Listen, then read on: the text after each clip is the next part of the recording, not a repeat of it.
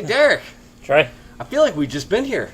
Yeah, it's been what? Not even 24 hours? Not even 24 hours. Not only did we have some big news, this is episode 28. We've had riders, we've had track owners, we've had parents, we've had wives, we've had trainers. Mm-hmm. So we've talked about the body, we've talked about the family, we've talked about the business. Tonight, we're going to cushion our ride a little bit, and we're going to talk about suspension. We have Billy Edmonson with Power Band Racing who joined us. We want to thank you for coming down. And Derek, give us a good intro tonight. I mean, I ain't got much of an intro. Let's let Billy give us the intro tonight. Tell us a little bit about yourself. Oh, boy. This is like a relapse of last weekend. Someone hands me a microphone. Yeah, so I appreciate you guys having me down and stuff like that. I mean, I've owned Power Band Racing for 25 years. Oh, wow.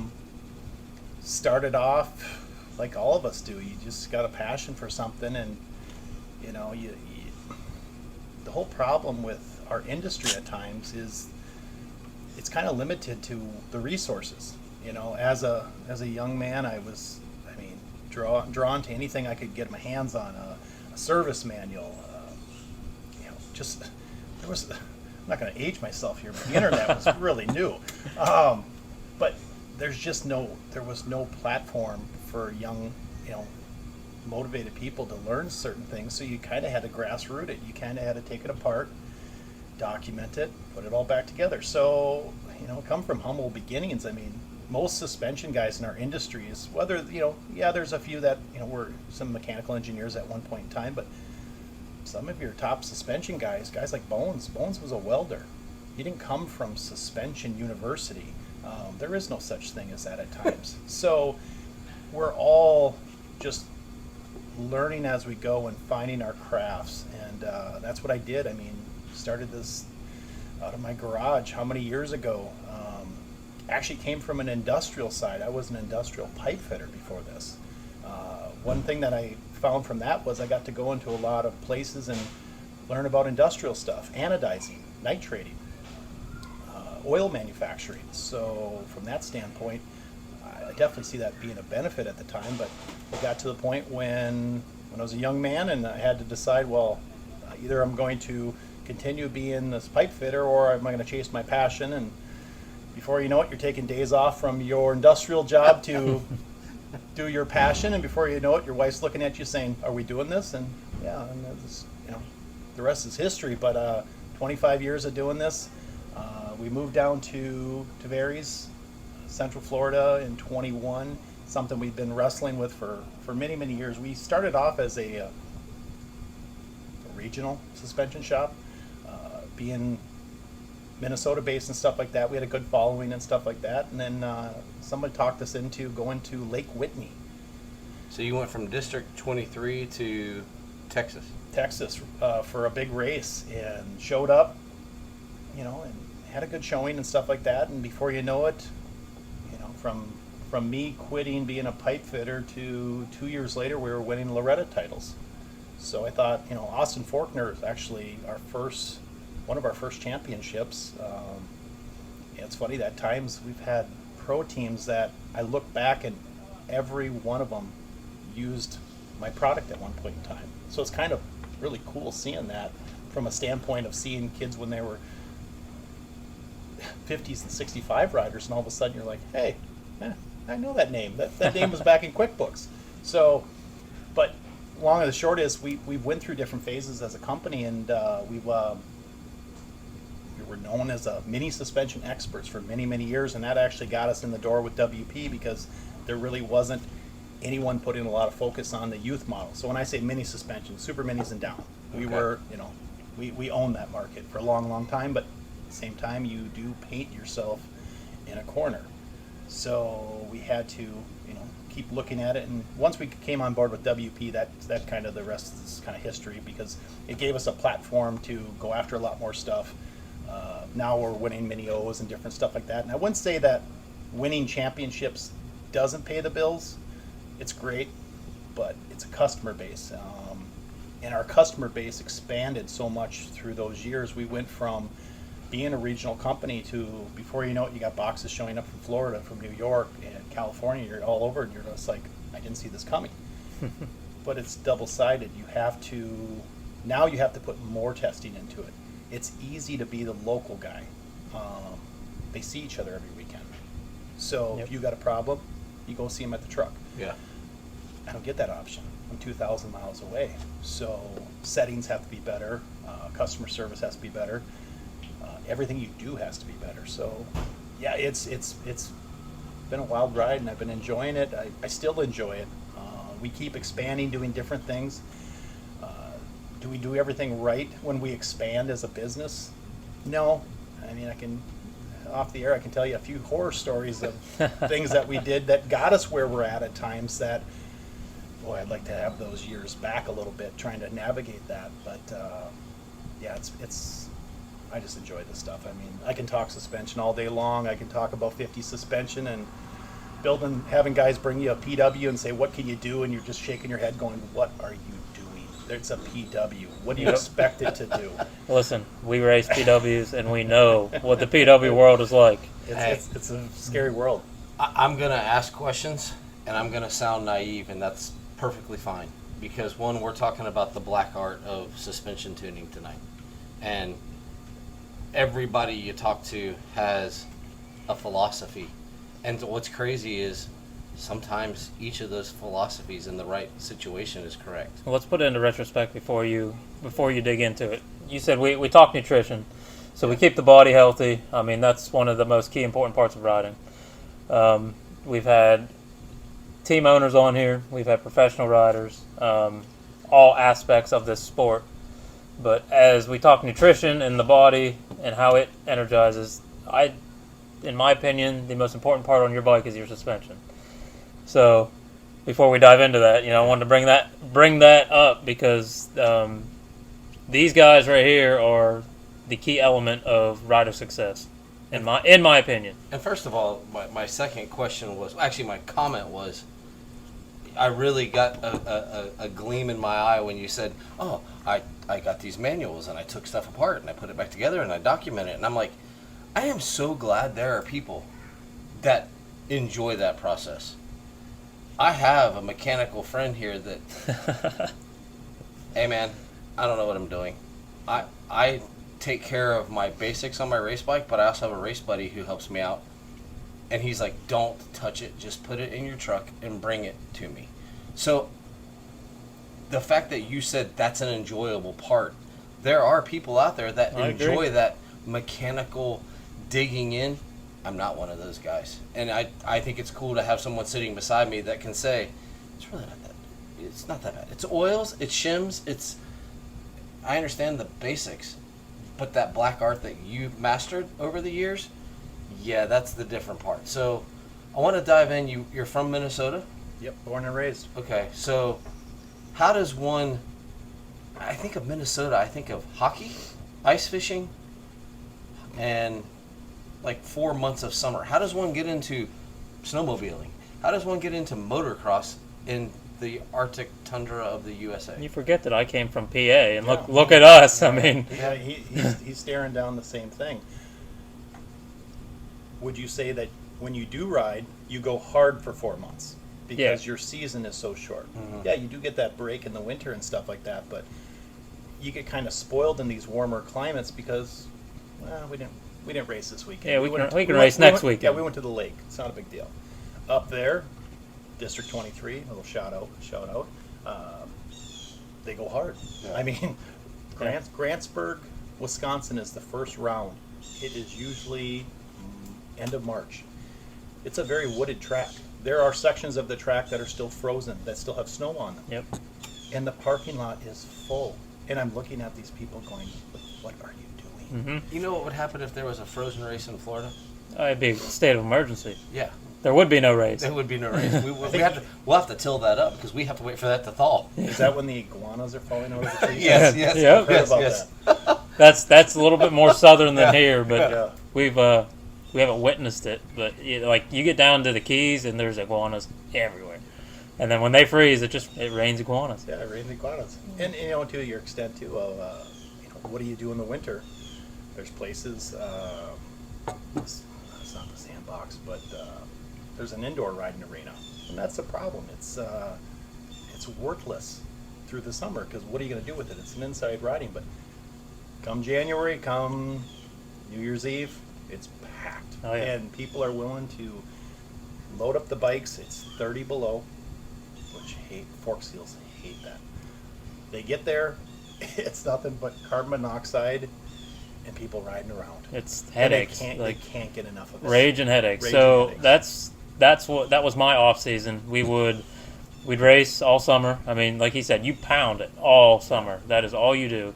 And then I would we'd go from racing to tearing the bikes down, and then straight into indoors.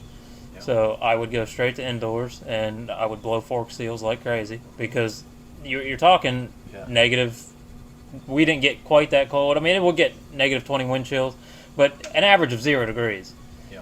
Yeah, forks don't like that Well, at all. Their border is the mounted police, so Correct. I mean, like that's a little different. But so in that vein, you're talking about blowing fork seals. Let's dive into that stuff. You're talking about blowing fork seals in the winter. Now you come down here, and it's today at my thermostat outside was 103 in the sun. Is there an equal detrimental thing to fork seals down here? Probably usage. You guys you destroy motorcycles. Yeah. I mean, how many times have you seen Facebook Marketplace? We're in April. Somebody will have a 24 model on there with 100 hours, and you're like, that Yep. motorcycle is shot. It needs to be fully rebuilt, and you're like, they're not even on the showroom floors in some stage. Yeah. So maybe it's just the extent that you guys just ride more. Yeah, the sand is violent, but it's everywhere. So get over it. But yeah, at the end of the day, I mean, it's more about hours of usage probably down here than anything, and it's just these kids just ride and ride and ride. I agree with that. We raced the Dade City Series. Mhm. Our season is from January to November. Yeah. So 26 races. Yeah. Just in one series, and Yeah. we still hit all the other ones too. So Yeah. it is constant year round. It never stops. These bikes don't get a break. Like we break bikes constantly, and we're rebuilding at the track. Because they don't stop. We're up north. We shut them down for a month, and you go through them, and they don't get that up here or down here. Yeah, I mean, one good thing that I've seen, and it was one of the decisions that we looked at when we moved the shop down here was, our motorsports does go in a little bit of a wave. You do get some lulls and different things, and it is unique. I hear that you're FTR, Yeah. okay? Just starting to do a lot with FTR groups. Actually, we're doing an FTR suspension workshop this weekend at our shop that's specific to FTR. We're not going to talk about any other suspension but XC stuff. And that was the beauty of being down here, was the fact of, when it gets too hot, you guys take a little bit of a break. That blends in some of the other markets. We do a lot of stuff still with Loretta's and stuff. So area qualifiers start ramping up, Yeah. regionals, that kind of stuff. It fills some of those gaps. Usually after Loretta's, most people don't want to look at a motorcycle.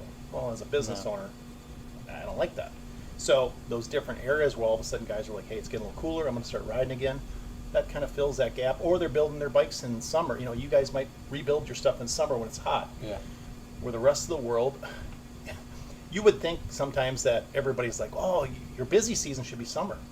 Winter's when Yeah. our busiest. Everybody's Here. got their bikes Yeah. broke down. So I would love to have that 12 months out of the year, but you don't get that. So you just look at different avenues and different applications for your product and kind of go there. But Florida's been good. I can't really say that we made the wrong move. We had the ability to really, let's be honest, the three largest motorcycle industries or marketplaces would be Florida, Texas, and California. Yep. California, no. Ain't gonna happen. It's just oversaturated. And Texas is too vast. I mean, if you look at Texas from wing to wing, there's groups of motorcycle racers that never know each other from Yeah. there, because it's like taking on Canada at times. Yeah. And that's why we've never even done a lot of, we've looked at expanding into Canada from province to province. There's Yeah. people that don't even know who they Yeah. are, so how would you tackle that? So Florida kind of met all the boxes and stuff like that. So, and we've been traveling down here for so much. And we've done mini O's and stuff for years and years, and just so it's like, why are we traveling all this time? Why don't we just put the shop there? And when I looked at spots, I looked up Lake County, and it was kind of like the Marietta of Florida for motorsports. So it made sense. Tavares has been good to us. We found a shop that fit our needs and stuff like that, and we're very close to Baker's Factory or Sandbox or any of the training facilities. So that kind of met all those boxes. I get to fly out of Orlando, which is good. I'm sorry. Tampa's better. Well, you have every you'll tourist have to sell me on it. I enjoy going on the planes and watching children have meltdowns. I do. You want to take three with you? So let me caveat on that one. So when I fly home, our primary home is still in Minnesota. We've got a home here, but our home, my son's still at home. My daughter's off in college, and so we still have a home there. And it's a different experience getting on in Minneapolis and seeing the sparkle in their eyes. Yep. Children are so excited to go to Disney. Yes. And then when they leave MCO, they're just melting down. The parents are melting down, and you just sit there and go, Yep. that's awesome. It's the same as going to Vegas. It's literally the same as flying to Vegas. Yeah. You're probably right. And I just... If you've never been to Orlando Airport, literally the people getting off the planes are the happiest people you ever find. They're running around. The kids are jumping around. I mean, we fly out of Orlando, all the time. Yep. So you get back home. For us, we're getting home. Like, thank God, Yep. And we're the happy ones, and everyone's just walking around there moping. Yeah. I mean, everybody looks like a bunch of trolls. Got their $800 lightsaber in a bag. Yep. Kids are angry. Yep. But no, that's funny that you said that. But you're correct. You are kind of in this new southern mecca of motocross. And I also think you're close enough now where you are, because you've kind of north of that Orlando where you can run up to the training facilities that are out of Florida now. Yep. So you can get there to south of the border and Yep. Club and those kind of places. And also, it's still not as far to go there as it is to get across Texas. Yeah, So, absolutely. So you kind of, it's not a bad place to be. No, it's been good. I mean, the only thing that I've ran into, and I didn't really realize this about Florida, was Florida is really an importer. They're not an exporter of anything. So if you start looking at like manufacturing, like bringing in like equipment, we manufacture oil. Trucks don't come here, and they don't like leaving with empty loads. So you'll sometimes pay more for trucking costs bringing something into Florida just because they're not exporting. They export, their biggest thing is travel. Yeah. So that was the only thing that I ran into with that, and the fact of we moved down here, what we would call the middle of COVID, 10,000 people moving in a week. Yep. It does make it a little difficult when you're looking at stuff too, for whether it's a home for an employee or commercial space, that kind of stuff. So we've navigated that, but I have no regrets. It's been fantastic and stuff like that. So you kind of, I'm assuming here. So if I'm wrong, correct me. I'm assuming you started with the focus of the motocross, and you just stated you're jumping into the off-road side. Those beasts of how the equipment is set up, except for those very special riders that can bottom out off-road suspension, that's a different beast. How are you having to change your thought process of, oh, I'm used to this, now I'm jumping into this part of it? Well, it comes down to, we had always done, whether it was, we've always had an understanding of moto, we've always had an understanding of XC, we've always had an understanding of supercross. The difference is now, if you want a proving ground for supercross, let's say, we don't have to drive to some fluky track that was built by somebody that had a skid steer On a farm. made out of crumbly farm soil with no measurements of supercross. They eyeball stuff. Yeah. Same with XC. We had a limited testing season. Down here, it seems like everybody's got a spot they ride. One of them up by us is called Wiregrass. Everybody goes to it. I don't know if it's more of a public park or what it is, but there's just more to work with. Just like a lot of people look at our company and they're like, well, I see you guys do WP. Do you guys do anything else? And we're like, we've always done show on KYB. The difference is let's say Minnesota, the Midwest market, is primarily a lot more KTM. So you're obviously going to tackle more of that stuff. But down here, you can test more. So if you want to really develop something a little bit better for, let's say, a Yamaha or a Honda, it's within your fingertips. Yeah. You don't have to question. You don't have to load up. We go to sandbox testing probably once a month. Me or my tech are only out of the shop for half the day, and we're back in the shop. So it's not a huge commitment to go there and pull a bunch of information or work with a rider, that kind of stuff, and we're right back in our shop. So we're spoiled. But yeah, we can talk about the differences, and that's the part that I love talking. I mean, just like with this workshop this weekend, it's hard getting a group of moto people together and XC guys together because they're kind of like magnets. They don't always play nice. No, they don't. Certain ends of them because they're having different issues.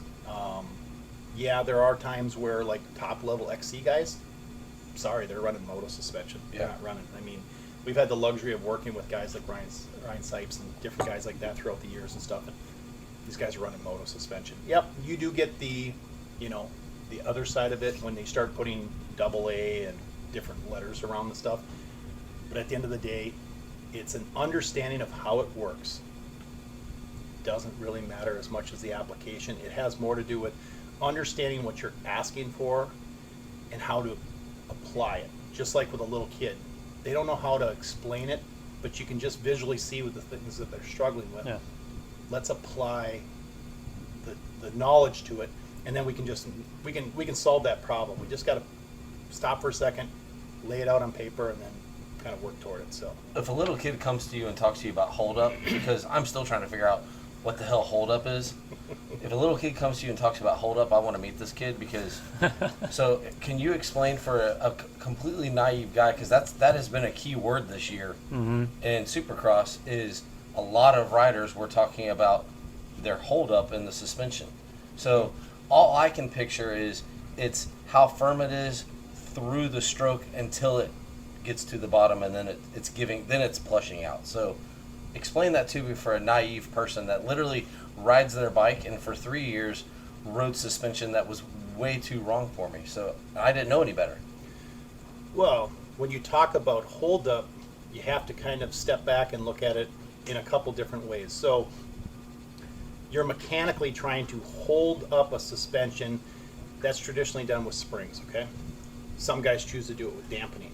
Believe it or not, you can set up, when we're dealing with modern closed chamber type setups, you can have what's called an overpressurized cartridge, meaning that it's got a little heavier pressure springs. What that allows you to do is have lighter fork springs, similar to what we do in the XC world. We want hold up, we just don't want ramp up.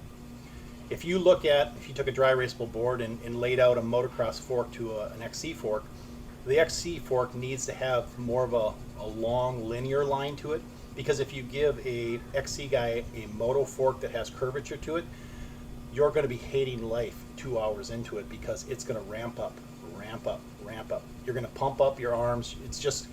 You're going to feel like you have this forgiveness at the top of the stroke, but it's going to get into the meat of the fork and you're just going to be begging for relief. A moto guy would hate that too. A top pro, he needs a certain amount of hold up because they're charging so hard into the corners. If they were to blow through the stroke, it's detrimental to them. I mean, all of a sudden it stops all their momentum and drive. So from a hold up standpoint, you're basically trying to give the fork just enough position to the point where you can position your body, but not to the point where it's hydraulic-y. I always try to tell people, a fork should not feel like a shock. Mm-hmm. It should feel like a fork. A fork can be supple, it can be forgiving on the small stuff, and that's just it. There's different approaches to all that suspension. Like if you looked at like a KTM off-road setting, like what they put underneath their national guys, it's actually very plush on top, only for a few couple inches. And all of a sudden you hit a wall of dampening. For your fast guys, they need that. A mere mortal will hate that. So then we kind of flip the script and we use more of a European type deal, like Billy Bolt and some of these guys. You notice how you watch videos and you're like, my God, is there anything in his suspension? There's really not. Yeah. I mean, guys like Caroli are running extremely light fork springs, but then they'll put an enormous amount of oil in the fork so he doesn't bottom it out. So, yeah, it's not as simple as one application, because if we're dealing with a youth model fork, doesn't have the same. It's an open bath. It's not pressurized. So then you got to maybe preload it a little bit different. Even like WP, like a cone valve, that's the only fork on the market you can actually change your preload and set the sag on the front of the bike. Everybody else, you'd have to take it apart and put shims in there. Well, no one's going to do that. So us as tuners, we have to actually go in there and do that work. When we hand it to you, it's already done. Yeah. But that's coming from our knowledge and our testing, showing, hey, this tends to be the trend. This is what most guys are looking for and stuff. And you would think that there's a lot of guys that are, questioning, well, do you got a specific setup for this? Yep. But at the end of the day, we normally have about a 20-pound window, so it covers, a little bit of weight gain, a little bit of weight loss. But we're finding 80%. I always tell guys, if I can get it 80% of the way, I've won. I've succeeded, because there's no perfect circle. So don't expect suspension to be perfect. If we were racing on asphalt, I could probably get closer to 100, because I know that turn is not going to change. A moto track changes every 5 seconds. Yeah. Yep. So how do you expect me to account for that? So we try to get it close, and then we use the external adjustments to kind of bring us in at that point. But the applications, yeah, you should be able to use a moto suspension traditionally for an XC and vice versa. You could, just don't do anything. I get the phone call, hey, can you do a 50-50 blend? Sure. But it's going to be 50% good on one side and 50% good on the other side. So don't expect it to be really good on either one of them. It just means that they're versatile. We can make it soft for motocross, and it might be a little stiff for XC, or vice versa a little bit. That's kind of how you have to approach it. That's that black art that I'm talking about. There's so much.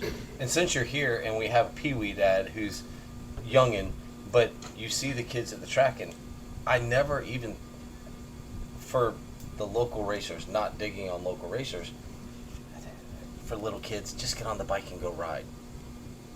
But at what point do the little kids start actually feeling stuff? Not dad saying, oh, he's kicking in the corner. The kid starts feeling it. And what level of rider are we talking about? Are we talking 65s? To me, kids, they might not notice it, but so somebody like me that has rode his whole life. Now, my suspension's always been done by somebody like him. I'm not a suspension guy. I'm a motor guy. So I don't mess with my suspension at all. But I can watch, like, Bowen ride his KTM Mini, and you can see that bike go straight when he's trying to turn. So we've lowered forks, and beyond that is out of my realm, because it's helped, but he might not feel that, but you notice those things in kids. If their form's good and their bike's going straight instead of turning into or dipping into that turn, then either their front's too high, or there's some other aspect of that suspension that's not letting them turn. So to me, as the dad or somebody that has rode, kids might not feel it, but there's always those aspects there. Tell me what you think about that. Well, it's funny you touched on at the beginning. You said, just get on the bike and ride it. Yeah. Okay? Yeah.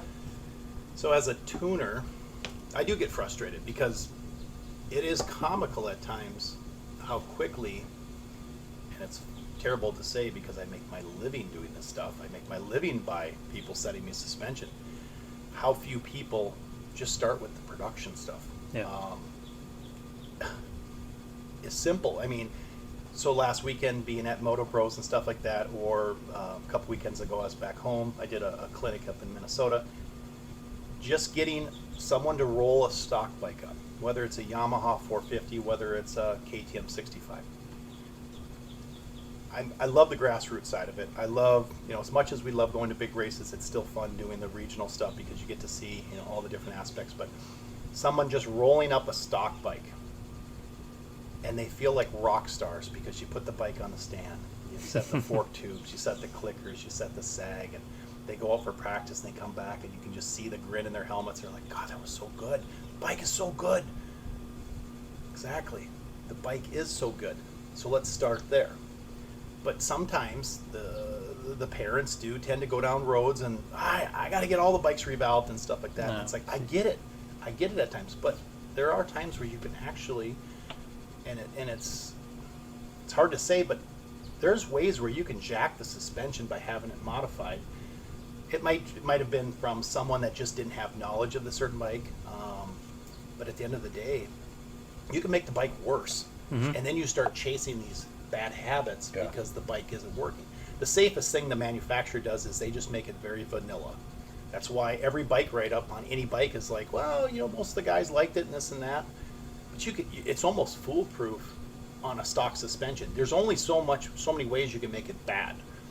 But you can go in there and start drilling holes and adding components that you can make it absolutely a hot trash fire. Just because now you've taken it out of the scope of what it was designed for. And now you don't even know where you're at. And then you get the dads that'll come up and we'll have these little workshops and we're talking about making changes throughout the race day for, let's say, a youth 85 and up. But you'll get the 50 dad, they'll be like, what should I do in this situation? And I'm like, your kid wants to be playing PlayStation in the motorhome. Yeah. Put And the helmet on and go. I know you want to come back with the data acquisition equipment, but the kid just wants to feel safe. And that's one thing I tell people when we're building suspension. I don't build speed. I build confidence. If you're confident, you'll go fast because you won't be thinking about the bike. But if you are thinking about the bike, whether you're a 450 rider or a kid, that's when you're going to go slower because you're going to think, oh, last time it did this, last time it kicked me here. When I overshot that, it hurt my wrist. That'll make you twist the throttle the opposite way. But if you're comfortable with the bike, you can go as fast as you want to go. Yeah, so I don't agree with building Pee-wee suspension at all. The right springs, maybe. Yeah, but those bikes are designed for those kids. So setting the bike, what it already comes with, is the ideal way to create the form, create the confidence, and progress them as a kid. Building their suspension is not going to help them at all. At 5 years old. Yep. Our 5-year-old is not going to notice if I have him revalve it. Do you think James Stewart would have noticed? At that age, no. No. He just rode. No. Right? He just rode. So, my last year of racing in 2013, I had a brand new 2012 KX250F. Yes, FF fork. No. So, yes, they were a terrible design, but that was, I will say, out of my entire riding career, that was the best suspension I've ever felt stock. Okay. I never changed. I never had that done. I never did anything to it besides we set the bike to me. That was it. And it was the most comfortable suspension I have ever felt. Now, fixing them is a whole different ballgame. But you don't need to do suspension all the time. If you set your bike to you, then you get that instance. Like, I have a 2020 KX250F now, and I hate it. Yeah. I hate the suspension. Everything's hard as a rock. I've done everything in my wheelhouse that I know of. Moto for Play did it. Yep. Set it to me. Hard as a rock. I hate it. Most time I don't even want to ride that bike. But then, because I'm always still stuck on the separate function fork where everything was so smooth. That's all you remember. Yeah. That's the good part. I mean, in touching on little kids' suspension at times, when we were branding ourselves more of a, mini suspension experts, that's one thing I would try to tell the dads when they would send the suspension in. I'm like, listen, I can promise you it's going to do this, this, and this. But at the end of the day, the best thing you can do is have your riders start to get a feel for what actually changed. They might not know everything, but they'll know subtle things. And that's what I prided myself on, the fact I could send a suspension back and say, listen, I could send it back with the stickers in the box, not even on the forks. That way there's not this, pre-thought, oh, it's got to be better. It's got stickers on it now. And just let the riders come back and the kids would be like, oh, it's way better. Okay, that's my business card. Yeah. It's way better. That's all I need. Yeah. I don't need to. You should brand that. There's a few things I don't want to brand, but it's so expensive. Power band racing. Yeah, it's way better. Way better. Yeah. So that's another question I have is, apparently, we're about to get another manufacturer, but every single one of these manufacturers has a way that they deem best. I'm a Yamaha guy. The SS, whatever fork. SSS. That one that it seems to be very well taken. KTM, in the off-road world, KTM is the daddy of off-road. Yeah. But I cannot tell you how many jokes we hear about the cone valves and the suspension. And we have some dabbling in air, and you have Kawasaki, and you have Suzuki, and I guess we're going to have Triumph. And I have a question. Are they engineered that way for that bike, or is it just a philosophy that they've been doing since 1983 and this is how we do it? I think at the end of the day, it's a relationship. So KTM has ownership of W. Yes. All the manufacturers have some relationship and some ownership of whether it's Showa, whether it's KYB. So let's dive into Yamaha. You know, everybody says the SSS fork is the best fork they've ever ridden. I don't disagree. It's a great fork. But if you put that fork on a Kawasaki 250F, it doesn't feel amazing. Mm-hmm. You put that on a WP or on a KTM. Yeah. So I think it has to do with the relationship of the manufacturers and the understanding. So let's say KYB has an understanding of a cast aluminum frame. It has to have a certain amount of flex because it's making up for maybe something that the frame and the chassis needs.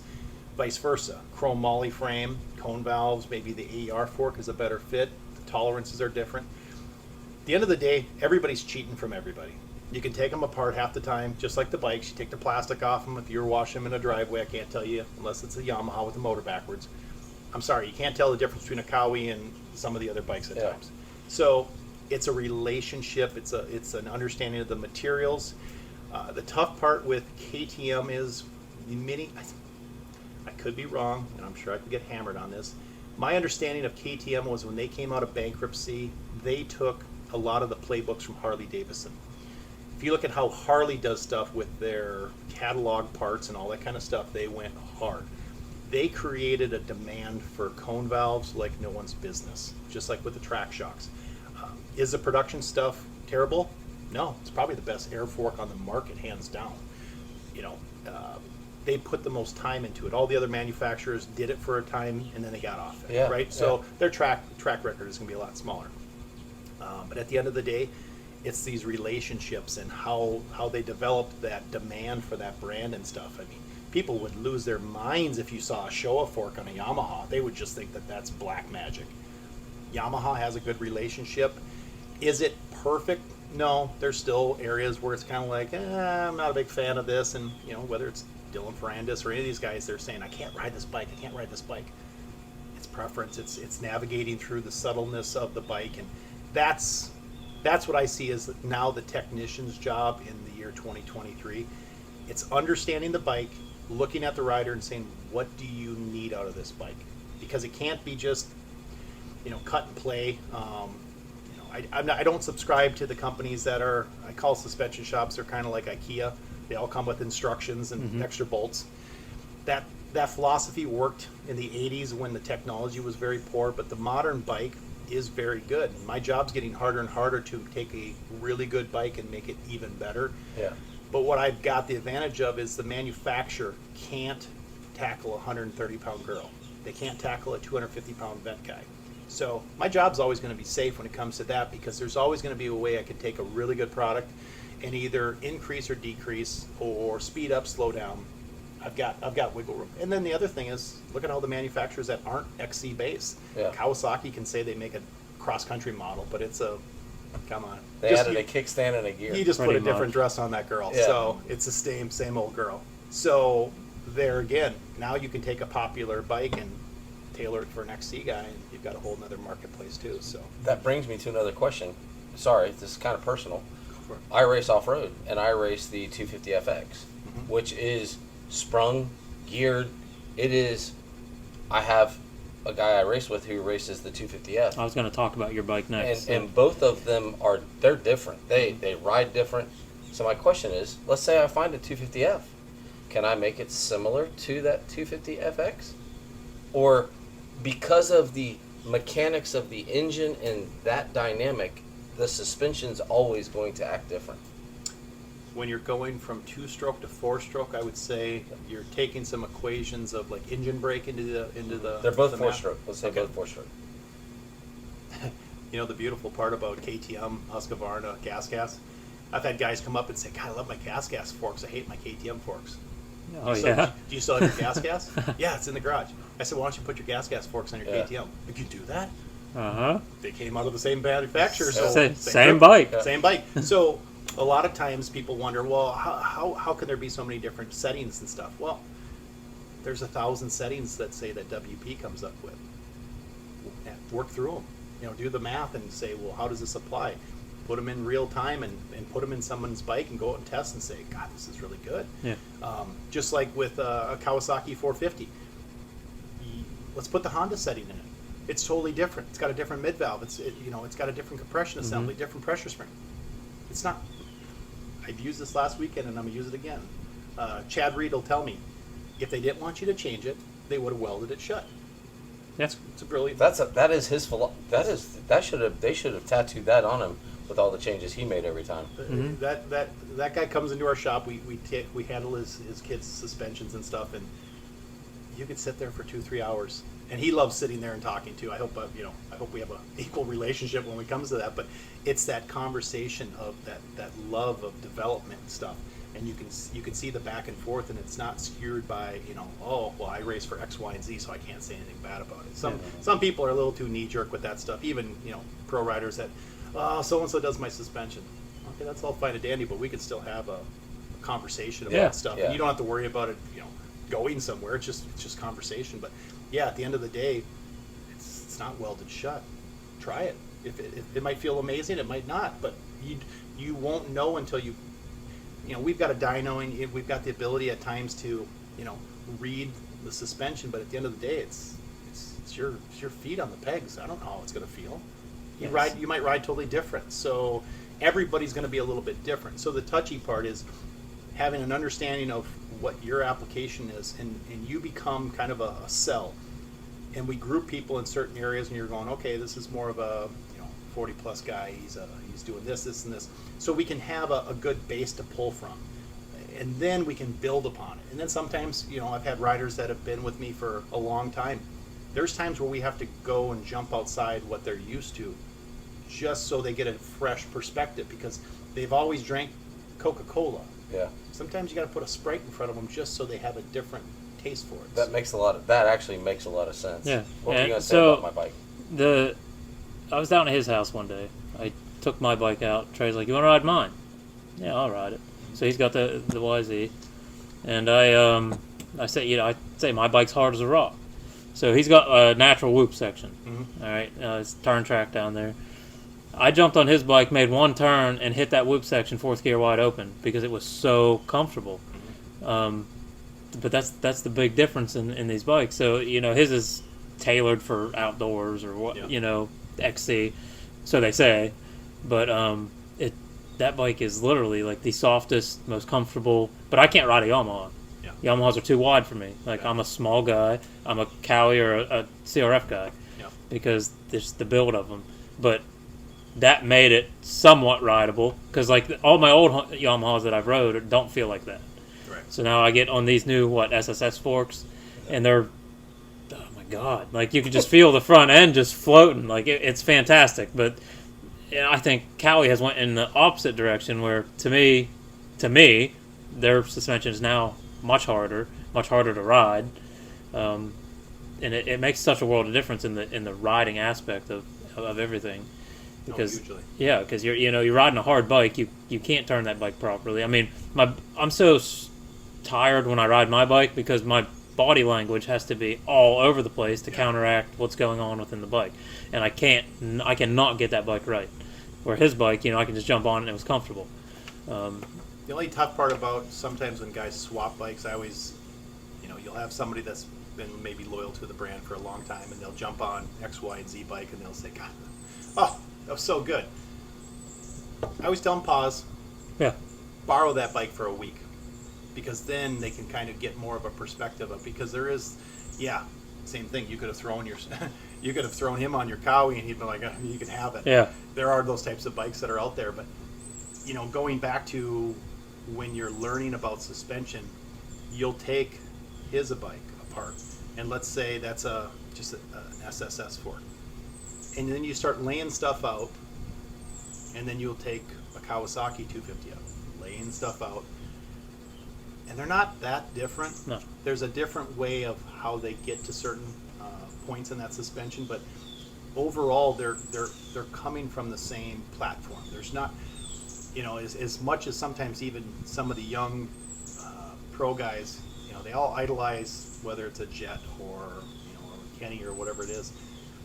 They think that there's something crazy inside that suspension, but going back to it, shims, oil, springs, some tubes. Yeah. That's it. They're not. I haven't seen a suspension yet that they change the clickers on it halfway through the race from a laptop. Unless it's out there, I haven't seen it. At the end of the day, yep. Even when we take apart really expensive A kits, whether they're Showa or KYB, there's still a lot of production stuff that's in there. Unless you were to take apart a one-off, like Sexton had that one-off, shock that he had. Yeah, there's probably 6 in the country, and you're never going to look inside that thing. Yeah. And you wouldn't want to, because there's nothing in there that you're even going to get your hands on to service it. Correct. So why even talk about it? But that's just it. But when you start to look at stuff, you start to see a trend with how they do stuff. Even early on when I was learning, you'd get a pro circuit bike in, and you're just like, God, this is Mitch Payton, man. This is really cool, because you'd really, this is your first time seeing it, and then all of a sudden you lay it out next to stock, and you're like, it's not that different. It's just different right here and here, and then you start to navigate and you start to see how stuff kind of flows, and then you're like, okay, I get a better understanding for that. Then you got to learn how to just apply it, because it doesn't apply to just one person. It applies to many people. So, but you have to have a baseline for it. It's like I harp on it. Try the stock bike. See how far it would take it. Now, full disclaimer. I'm not asking you to go and take a brand new Yamaha off the showroom floor and sign up for A1. I might as well just tell me where to send the flowers, because that's what's going to happen. Yep. Because that's just a different world. I mean, you talk about XC. Supercross is nothing to be messed around with. It's nothing. You want to see good suspension, go watch the D practice at any Supercross Saturday morning. Yep. You see 10 million stickers you've never seen before, and somebody took a crack at trying to make a suspension work, and they are fighting that bike, because you can't just throw shims at something. You can't just buy the heaviest fork springs you could get off of eBay and think that it's going to make that. There's we use the term pressure balance. Mm-hmm. It has to be that way across that suspension. Otherwise, it'll start to cavitate. It'll start to have hydraulic issues. Parts can break. So it's nothing to mess around with. So you got to have an understanding of it. But at the end of the day, it doesn't matter if it's a KYB or a Showa. The same understanding can be applied to it and stuff. You just got to have an understanding of it. So. Correct. I'd actually like to dive into that, because I think for fans, we watch Supercross, and if you're a true fan, you listen to them talk about, oh man, there is no way I could ride a stock bike, and most people will say, you don't want to put a stock bike on Supercross. Yeah. Is there a way, without chalkboards and whiteboards, and I'm old, chalkboards, to explain to us the difference in that setup? So if I have a 250F and I'm going to go to Tampa Supercross, what is happening inside that bike that I'm having to change just to make sure that with the G outs and the loads, what's the biggest difference? I'll do it in terms of the simplest part of if you were looking at a shock absorber. You can turn a shock absorber into a plunger if you overpower one circuit. So let's say you take something as simple as the shock shaft, piston, valving, and stuff. You take the production stuff and go, well, Supercross, I can change all these from a 0.20 thickness to a 0.30 thickness. Okay, that's a fair assessment. But if you go up the line further, you get to the adjuster, right? So now all of a sudden you've got an adjuster that was designed for the previous valving. So now you've got a pressure balance issue there. So you can make it stiff, but when it gets struck hard, that oil has to go somewhere. So now all of a sudden you have to have something that's going to give it a certain amount of hold back. So it's a slippery slope. You might say, well, I can just throw some valving on there, that'll fix it. No, you got to go into the adjuster. Now you got to have an understanding of how that adjuster works. And then you got to have an understanding of how the oil comes back, because if you create a plunger, it's just push-pull resistance. You're compressing the shock, collapsing the bladder's expanding, spring's pushing it back up. That doesn't work. You need it to have so much resistance, especially if you're, the hardest part about Supercross is they show you the pretty stuff when the cameras get turned on. Mm-hmm. Go down there in the morning when they're trying to qualify, and those whoops are square hay bales. Yeah. That's why you see guys jumping through them. That's why you see guys jumping off the track and riding around them. I've been at clubs sometimes and we're measuring and there's 12 feet apart. And you're going, I don't know how mathematically you make the bike skim that. Well, yeah, it's called third gear, wide open through Yeah. that whoop. So a lot of commitment. You can do big booter jumps all day long. If you down ramp everything, that's great. It's the problem is jumping off, step on, step offs. It takes a lot of energy. That's why the shocks get so hot. Everybody thinks a motor sees the most temperature. You could fry an egg on a shock. That's how hot it is. Oh, really? Yeah. And then if you throw thicker shims in there, now you're creating more energy, more heat. So you're going to fatigue the oil more. So even like an XC stuff, I'll get a cross-country shock in my shop from like a GNCC guy. You'll go dump the oil outside, and we have a very expensive oil. It stinks so bad because you've tore the polymers out of that oil. Yeah. That it reeks. Go dump it outside in the oil barrel because that's how violent that shock, that's how hot it's got. I give you props because shock oil makes me want to throw up. Yeah. You know, anytime my forks are open, or shock oil, any of that, it is disgusting. It makes me want to puke. It's some pretty rank stuff if you get a shock that has worked. Yeah. Because we'll see them hit stuff, and I always laugh when they like are on the rhythms and they're backside, like they're not backsiding, they're facing the backside of the triple, and the bike hangs up. Mm-hmm. And I wish people could realize if we went out and did that on our bike, we would just collapse. It would unload and send you for a ride. And that bike just sits and goes on. Very, Supercross in essence should be very dead, non-animated. You have to have a little bit of animation to it, meaning a little bit of rebound, because and you can see at times when teams go too stiff. In the past, I don't mean to pick on teams, but let's say a star bike. You'd see them come off of a finish line tabletop, take a right-hander, and they would just go across some chop on a start straight, and the kid would just all of a sudden like, what happened? He hit the deck. Yeah. Well, it didn't move, it couldn't react to that small groove in the track. So you can go too stiff at times and have it be. There has to be a balance, and I think that's the difference with pro teams that listen to the rider, and we can go into a lot of detail when it comes to the experience of dealing with pro guys, their understanding, and we're talking about single digit type guys, their understanding of the bike, and sometimes the lack of the teams really responding to that, because they're not there to constantly be chasing a setting. They're more about get a goal, meet that goal, move on. They want a bike that's going to be stable every weekend. They don't want to have that bike tore apart every weekend and this guy's saying, well, this guy's bike's working better than mine. They don't want that. They want to go racing. There should come a time when you have to this is the bike you've got. I tell kids that all the time at Loretta's, believe it or not. When we make a setting change at Loretta's, meaning like a clicker setting or something, I make them sign off on it. I said, are we in agreement that this setting is what you want? Yes. Because I said, you own it for the next 30 minutes. There's no pulling off. There's no looking over the fence at me going, I don't like this setting. Change it. No, we don't have that ability. So you're going to have to ride that setting. Pro guys kind of have to get in the same problem, or the same scope of it. But if they don't know what to ask for, they get what the teams give them. And you probably heard Carmichael talking about that, how when, I think that was in maybe the outdoors, they were talking about, him and Stu were talking about how in their day, the teams would build the bike for them. They'd build around them. Yeah. Now you've got a generation of riders that are being told, this is the motorcycle you get today. Mm-hmm.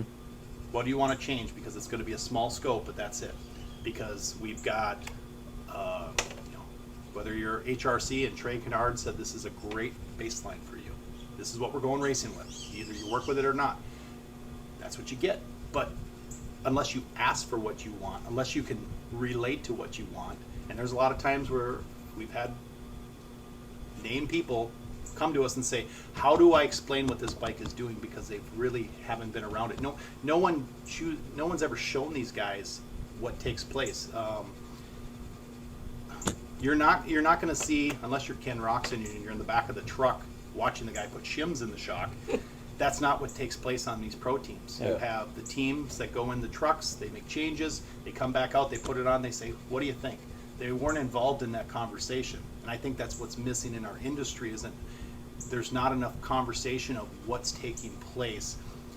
Because you have to have a relationship where what you're asking these athletes to do is insane. Mm-hmm. I mean, I will say I enjoy Supercross, but it leaves you a lot of sleepless nights because there's so much violence going on inside that suspension. Everything has to be right. There's no off day. There's no, oh, I forgot to tighten that down, or oh, I put the moto setting in there when I was supposed to put. No, you don't get that. Yeah. You don't get that time off. I think Justin Starling is a great example of that this weekend. He did not race this weekend because his suspension did not make it back from WSX. Yeah. And he ended up trying to ride on motocross stuff and was like, No. I'm out. Yep. So he flew to New Jersey to fight with United. I mean, it's a whole different story, but Yeah. that suspension in that case was the reason he did not compete. And, and he is a very good rider. Yeah. But he's at the bottom end of that 450 class. Yeah. And he said, so that leads me to, you have a youngin'. Yeah. We know youngins from your age to 13 that are trying to get to that showtime. The argument on the 250 classes, most of these guys don't know how to test. Aaron Plessinger will still tell you, I don't know how to test. Yeah.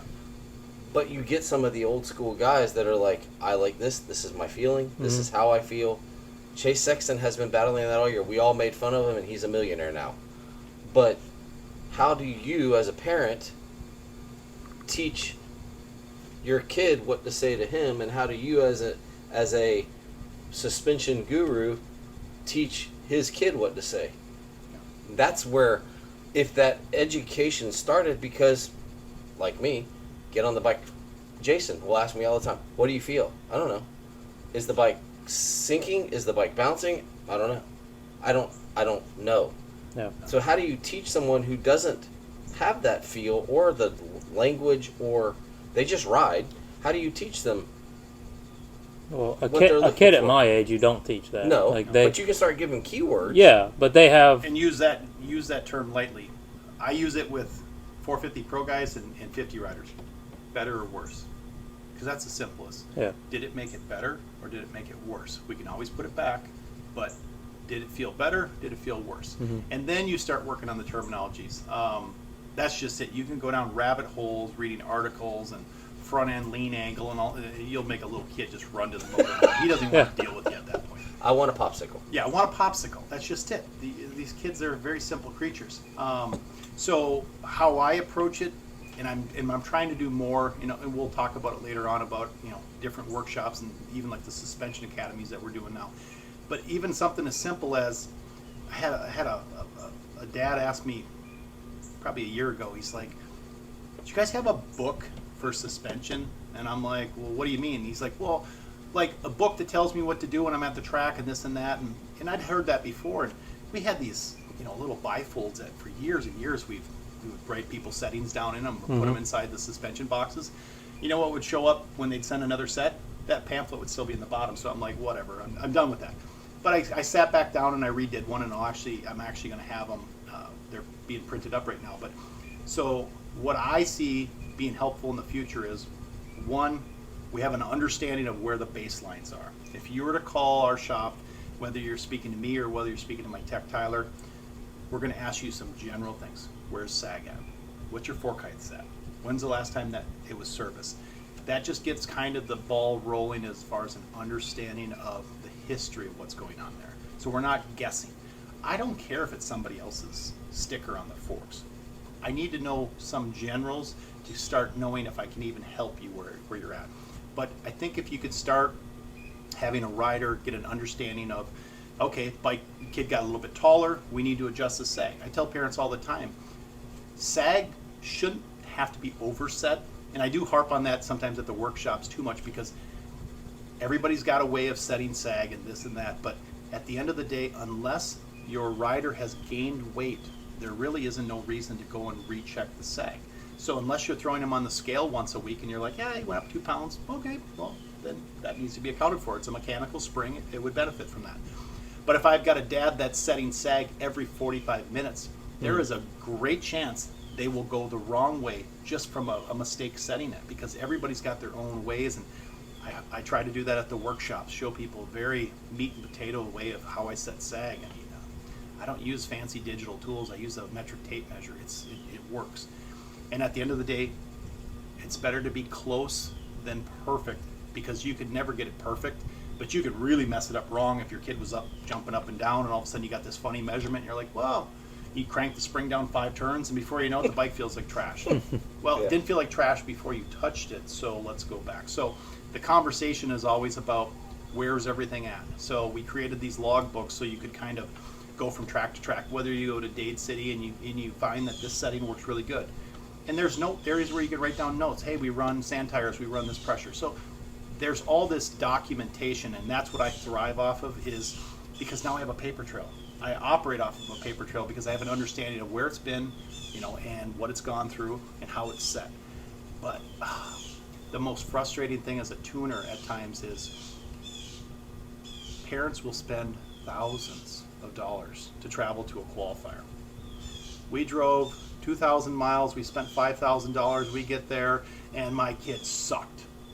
And you're like, so, did you check SAG before you got there? No. When's the last time you bled the air off the forks? I don't know. Probably when you touched them.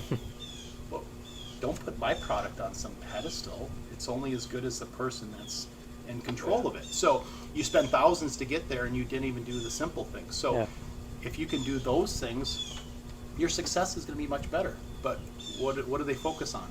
My kid had a new jersey, they had new graphics, because we were going to a qualifier. And it's like, you put more emphasis on that than you did on the motor or the suspension. It could have used a top end before you went, but I couldn't get it into the shop, so it'll be fine. Well, then don't expect a different result. If you do everything right, it's like a weight loss program. You can do beach body and lose weight. That's only if you turn it on and follow through the steps. But they make a killing by hoping you buy that video and hope that you never watch it. So that's where the relationship with dads, moms, mechanics, it's more about, we have a flow of understanding where stuff's at, what's been done, and then I can do what I do best, is help navigate through those problems. So how do you as a parent help navigate that? Because you do have a 5-year-old, but at some point he's going to be 8 and 9 and 10. And how do you start teaching that feel, so there's a verbiage that he can, Dad, it's knifing in the front, or it's sitting in the rear. Like, how do you start teaching that so that you can then explain it to him? Because you don't want Bowen to try to explain it to him. Right now I don't, because we're focused on form and learning to ride the bike. So I won't even bring that up, because that puts more in his head that now he thinks there's something wrong with the bike, and that's what he's going to think about. So we don't talk suspension. We don't talk about the bike, period. So if he pulls off the track and he said there's something wrong with my bike, I'll ask him what it's doing. So PW throttle gets stuck. That's typical. So he'll tell me the bike just won't stop, or the bike won't go, or that's all I need to know. Like, at this point, if he feels that there's something wrong with the bike, then there's something wrong with the bike. So I'll make those adjustments. But when it comes to suspension, that's not going in his head for a couple more years at least, because he has no idea what that suspension even is. Yeah. I could ask him what the suspension is. I don't know. Yeah. He's 5 years old. He wants to color with markers and eat popsicles and play with his friends and pick wedgies. I mean, and not talk. He's just smiling. Yeah. Mm-hmm. So let's take it to the example of the young lady that I watched at Dade City the other day, or Carson Wood, Super Mini, 85 kids. They're ripping. They're flying. Do they have a terminology? Or is it someone has to watch them to see that bike went into the corner and it kicked a little bit? Do they know that, or they should know what a bike's doing? Yeah, so having worked with them, we'd gone up to Sandbox, we'd tested with them. I would say even at that age, and we were still when he was on KTMs actually, working on some section stuff, and even so I guess I go back even further. It has to do with what the parents see, what they perceive the bike's doing, and then we put our eyes on it, okay? And then we try to navigate through something that might be an issue. We get a phone call, hey, he was out at Sandbox and we were in the turn tracks and it was kicking right here and here. And, okay. So kind of go back through your settings and see where everything's at, show up with your support truck, and you're kind of navigating through some stuff, but what happens if it's one bump? I, as a parent also, I look at that and go, are we trying to make this bike go wide open over this gigantic humped out hole when we can move over 12 inches and it doesn't exist? Yeah. Because I understand that you're trying to get your suspension to go through the rough stuff, but you're asking a lot out of it for one bump. And that's where the slippery slope comes with parents is, I said, do you want it to be perfect here, or do you want it to be good everywhere else? Because to me, to readjust that bike for that big G-out, cupped out 450 hole, I'm going to have to stiffen up the high speed. I'm going to have to do a bunch of stuff. Well, now all of a sudden, it's not going to be very good in the corners. There's 27 corners out there. Now all of a sudden, you're going to have a bike that's going to be standing up throughout the corner because it's not squatting, it's not driving, it's not getting good traction. So I said, let's agree that that is a bump, just a bad bump. We can always adapt and make stuff better, but if the bike is bad in every area, that's worth adjusting for. But if it's just a single thing, no, we can move over a few inches. I kind of harp on the trainers at times because the trainers are like, ride through the rough stuff, and I'm thinking, you're not much of a trainer, because if you watch half those pros, there's a reason why they put markers on the track. They're trying to find the smoothest line, because they know if they can find a smoother line, they can run a softer suspension. That makes them last longer. But if you want it to be a bull in a china shop, guess what? It's going to be stiff. It's going to be very tiresome. Mm-hmm. So you're not going to be able to charge as long as you are. So that's where that kind of goes back and forth, and it gets a little bit easier later in their years, the riders and stuff like that. But I will caution, and this happened many years ago when I was a young business owner and stuff like that. And when you start to get these high-profile riders, and let's just say he was a Suzuki kid, and he knew that he could come off the track, and if he had a bad moto, suspension wasn't working. Wait a minute, you won the last two motos 5 seconds ago, but you took fifth this time because you got a bad start. Yeah, bike's just not working. And mom and dad would march over to the truck. He says it's doing this, this, and this, and I'm thinking. And as a young business owner, you're like, absolutely, let's change sag, let's do this, and you just start chasing your tail around. You have to just kind of pause and say, okay, the track has changed a little bit. We're going to adapt a little bit here and there, but like you worded earlier, just get on the bike and ride it, because we can't always have it perfect. Yeah.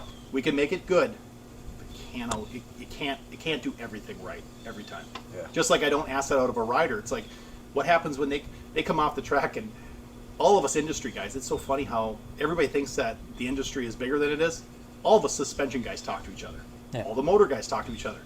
We all know that everybody outside the top three at Loretta's is driving home on that Saturday.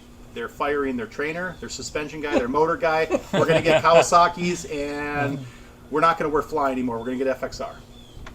Yeah. Does anybody have a mirror in the truck that we can just flip around and say, what about you? What if you just weren't fast enough to beat these other kids? Yeah. It's not that your equipment was inferior. It's just that kid, look at this year. It was mud race. If you were a mud rider, you succeeded. My younger brother, we both raced. He would destroy me in mud. I hated mud. Mm-hmm. But he would flop around like a duck in mud. And he was so fast in mud. I hated it. There was nothing I could do about it because I just didn't like mud. So that's just it. We can make it better, but we can't always make it perfect. So let's get our understanding of sometimes we just have to ride what we got. Sometimes it's muddy out there. We're just going to have to ride. But just keep it simple. Because I think young parents, they complicate stuff so much. And they usually figure it out, and you could probably contest to this. By the time you figured out PWs, he was off PWs, right? I mean, we're still on them. Okay. But there'll come a time when you know how to clutch it. Oh, perfect. Yeah, perfect. It'll be perfect. And then he moves on to a junior bike, and then it's a learning experience. And then he's on a senior bike. Yep. Your last year is always your best year because you usually figured out the bike. You have it all figured out. Like I said, I pull the PW apart every week, at least. We're finishing out this year. We decided we're going to race it next year too. Yep. So next year will be a good year, because I pretty much have it dialed in at this point. But then we're onto the KTM Mini too, which that's a whole learning process. Those things are a nightmare to begin with. Yep. So I'm learning that while I'm still working on the PW. Then we'll be jumping up to seniors. Yeah, it's a never revolving door. But as far as the complaining about bike setups and all that stuff, I think the industry has kind of went that direction where if the guys do have a bad day, like I know I always had bad days riding. They're not all going to be good. There's going to be something out there that's going to screw you up. But I think that a lot of the pros, even the amateur guys, they're blaming the bikes so much more because it's like there's such a technical aspect now that people know more about bikes. We got all this technology, we have this and that, all this feedback from these bikes now. So we also have a way to blame the bike for all the problems. Yeah. And it seems like you get more and more of that of it's the bike. We need to do this to the bike. We need to do that to the bike. And these guys are constantly changing bikes, and we're never changing the mentality of the rider, or we're not switching lines, or we're not accounting that these supercross tracks are just totally gnarly. They're nothing like they used to be. None of that's getting taken into effect. It's always the bike. That's what it seems like. And what about all the fangirls Yeah. that these guys employ to be around them all weekend long? Exactly. Like the distractions are everywhere. The hype up guys that are like, man, you were out there killing it, and this and that, and it's like, Were you? were you? Yeah. On the conversation of suspension, we've gone from monoshocks from right side up to upside down. We've had air. We've got part of the fork is one-sided, and it's what are some changes that may be coming down the pipe toward?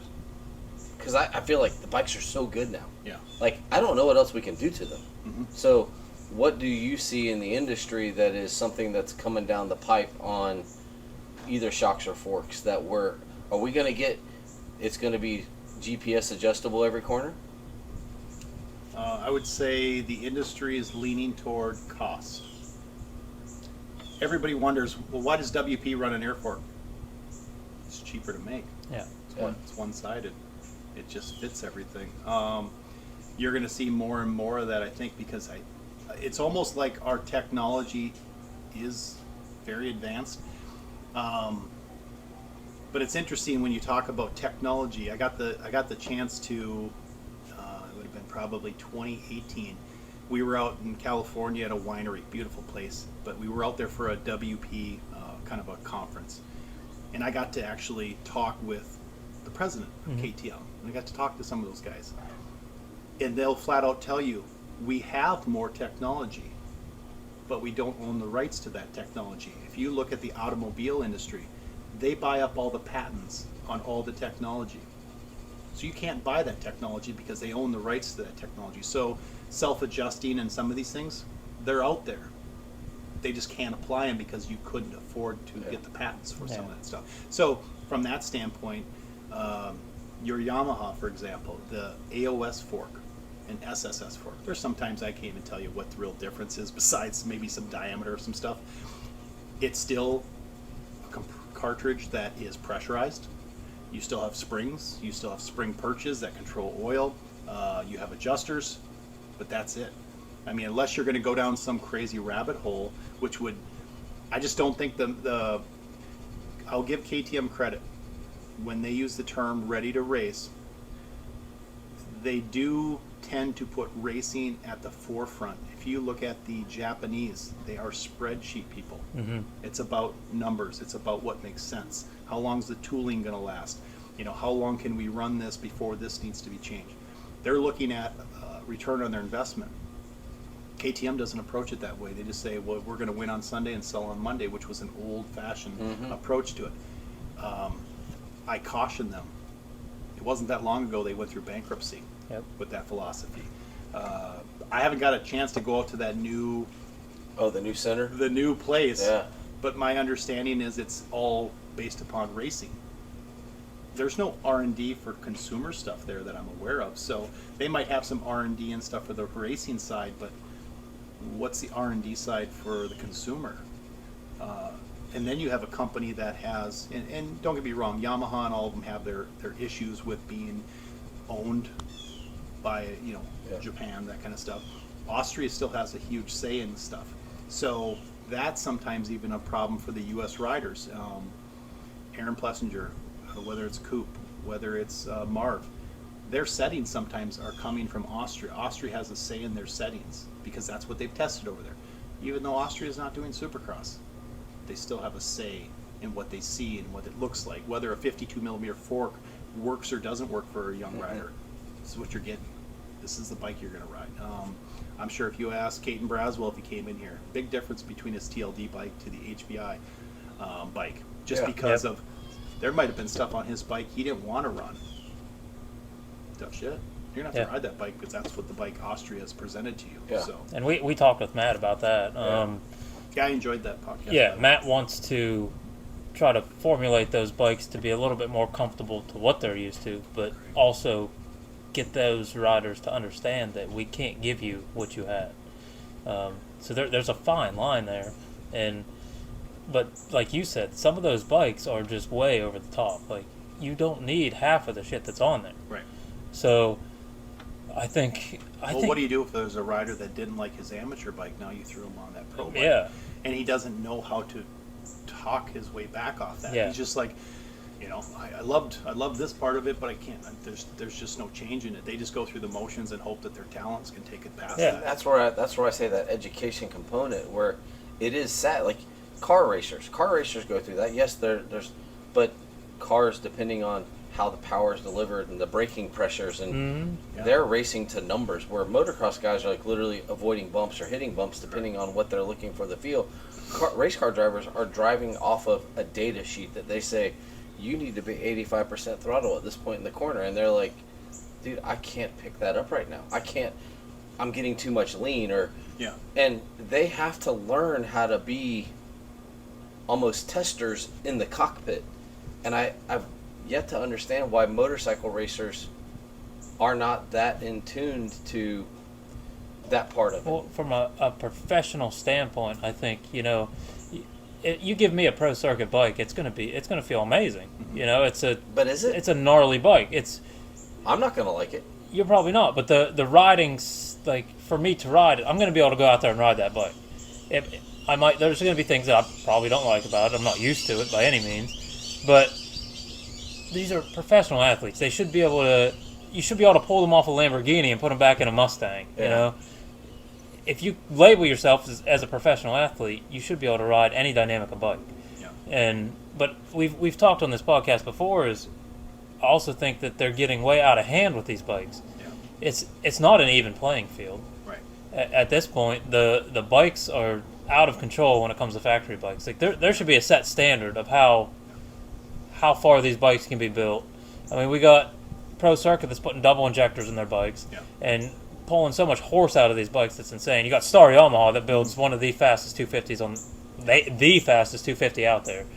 So, and it's so secretive. We talk about this every week, I swear, that it's so secretive. Yeah. It shouldn't be. It should be a widespread, like, everybody runs the same bikes. Yeah. Or, if Pro Circuit's got the opportunity to have this technology, well, then HBI should have that technology too. They're running Cowies. So to me, it should be Cowie that dictates what these kids run. But yeah, to pull a pro back down from a Lamborghini to a Mustang, so going from Pro Circuit to HBI is a huge downstep, but I also think it's going to evolve them as a rider. It's so controversial. I mean, it really is. Let's take that back to Billy here. You do suspension. Mm-hmm. Are there components that you cannot get? There's certain aspects of them that might be unique to the design, or maybe it's a bigger size. A 52 millimeter cone valve fork, instead of having a standard 23 piston in it, might have a 25. There's no right or wrong, it just happens to be what the manufacturer put there. But what I would touch on with the amateur side, and I've heard this before where, sometimes guys are like, well, man, if you gave me a Pro Circuit bike, and I'm like, to an extent when it comes to some aspects of it. Correct. But I do the same even with testing. I do get pro teams that will approach us in different levels and stuff like that. And one, I ask them, what's your price point? Yeah. And two, who are we working with? Okay, so I tell guys straight up, if a single-digit guy comes into my shop, we have the potential of being on a podium. That means that there's going to be more work applied because we know that that athlete is going to put more work into it because of their craft. If you have a 20th spot guy, maybe a production set of forks that are set up correctly is what that rider needs. You can hand them that $10,000 set of pro circuit forks and shock. Doesn't mean that they in their minds they think, well, if I have that, I can go faster. Well, if I handed it to you for a day, doesn't mean that it has to do with more being comfortable. Perfect example, and kudos to Matt's team this weekend. Masterpool's bike looked great. Yeah. And I don't do his suspension, but the guys out in California that help him out did a good job. And it maybe was something that they stumbled upon. Maybe his stuff wasn't stiff enough for Supercross last year, but that setting worked great for that event. Braswell stuff, same type of thing. There comes different stages where you need different stiffnesses. Just like when we approach Supercross testing, we know that what we start with at A1 doesn't mean it's going to end up in Atlanta, because the soil is going to change. Riders are going to get faster, they're going to get more comfortable, that kind of stuff. So sometimes we'll start off soft, we'll go a little bit stiff because the rider's like, I'm going fast, and then you find out they're really not going that fast. And then you kind of tailor it back a little bit, and then you find a sweet spot. And then that's what you start with for the following year, as long as the chassis didn't change. But that's just it. The bikes are so good. They're so technological. Yeah. I've heard Honda talk about this mapping thing with Jet's bike. You watch the drone footage of that start, I'm like, how is this possible? It doesn't come off the starting gate like a top fuel dragster, but it's 5 bikes ahead halfway through, and you're like, if you're a physics major, you can look at his body and say he's not being ripped off the back like he's on a CR500. What are you doing to that drivetrain that's making that thing make such perfect power? Yeah. How do you? I don't know how the next generation is going to be able to compete with that. I mean, I see a reason why most teams try to go 450, because you can just run a 450, detune it maybe a little bit, and it works. Good luck with the 250. I wish Matt all the luck with all the parts you're going to have to buy to make that fire-breathing dragon out of a 250F. It's tough. It really And is. that's where we're at with our rider, Rylan Munson. Okay. We sponsor a privateer rider. We just made the news on that, but he's a 250 rider, and he trains 450. And that's what we were talking about last night, is where does the cost come in? Or, you know, where does the funding come in to build that 250 to make it competitive? You know, to turn it into a fire-breathing dragon, because you have to do it. 10-hour fire-breathing dragon. Yep. You know, and not buying a new bike every week, because you're just totally dismantling the thing every time you go out on a track. And he brought in his perspective that he likes to train 450 just because of the cost of just running a stock 250, and he changes bikes every year because of just the sheer hell that he puts that 250 through. So it's, when you were saying about what do you think suspension is going to evolve to in the next, the forthcoming future, it can only get so advanced, but can it? Because look what they're doing to these bikes. They're turning everything so technical that it's literally all computerized. I mean, they're mapping the start. They literally have an ignition. Hit this RPM, the bike won't go in. It's like the retarder when a pit lane limiter when they go into the races, and they literally come in full throttle, and all of a sudden you hear the car going. Well, they're just on the rev limiter because they can't go any faster, and that's what they're doing to the start. And all of a sudden it's like his bike's dropping into that slot, and he's gone. Well, guess what? I can't buy that for Rylan. No, and Rylan can't buy that for Rylan. Like that's the kind of thing, the sworn secrecy that nobody's ever going to know what's going on with that bike. But I think that these bikes, suspension, motors, doesn't matter. They're going to evolve more. They come out with an EFI bike, and we were like, dude, that's the coolest thing in the world. So now you're riding a 250 that felt like an old carbureted 450. So next thing you know, we're like, oh, they can never make a fuel-injected two-stroke. Well, sure shit, they did. Now we're mapping bikes on computers, and you think back 5 years, well, that'll never happen, and here it is. So it's like you talked about MotoGP. I mean, the road versus the dirt. MotoGP, they are those bikes now, we have lockdown for starts. Yeah. That bike hydraulically lowers, they take off, it rises, they hit a certain corner, there's this pressure, they go to this corner, and I'm like, if they can do that on the road bike side, what's to say they can't do it? We all know the first turn at Glen Helen is Talladega. Well, I can pretty much map my bike for that. I can map my bike to go up the hills. I know the bumps change, but the pressures that they may feel. So, but it's a small scope I would touch on. So if you're looking at road racing in general, when you're talking about all those different applications, it's all very low speed situations. So, but you're in a smaller scope as far as what's being asked out of that suspension. mm-hmm. Can you imagine what's being asked out of a suspension to squat off of a start and then have weight transfer in a corner? And then, by the way, I just launched 50 feet down the hill, and I just came into braking bumps that are the size of concrete markers at a parking lot. It would have no idea what to, there'd have to be an algorithm involved to make that happen, and it's almost physically impossible to do that. But as a suspension guy, do you see an automatic hole shot device ever being implemented? Because we got the hole shot devices that we auto lock or manually lock down right now, but could they ever bring that into an automatic standpoint? Because you disassemble these things. I mean, I've looked at the technology they use on BMWs. Yeah. So they have self-adjusting handlebars, and I've asked WP, hey, can we apply this? This is a 43 millimeter fork. Yeah, it's just you'd have to source the parts a little bit differently and stuff, and then you have to find an application or a market to sell it in and stuff like that. Yeah. You talk about technology, and I don't mean to laugh at people, but years ago, I was getting so frustrated with some of these 50 dads and stuff like that. And I told one of the dads, because they were always wanting to protest the dad and stuff like that, and this was probably 10 years ago. I said, do this for me. I said, take an old cell phone charger, cut it off, and stick one of it in the cross pad.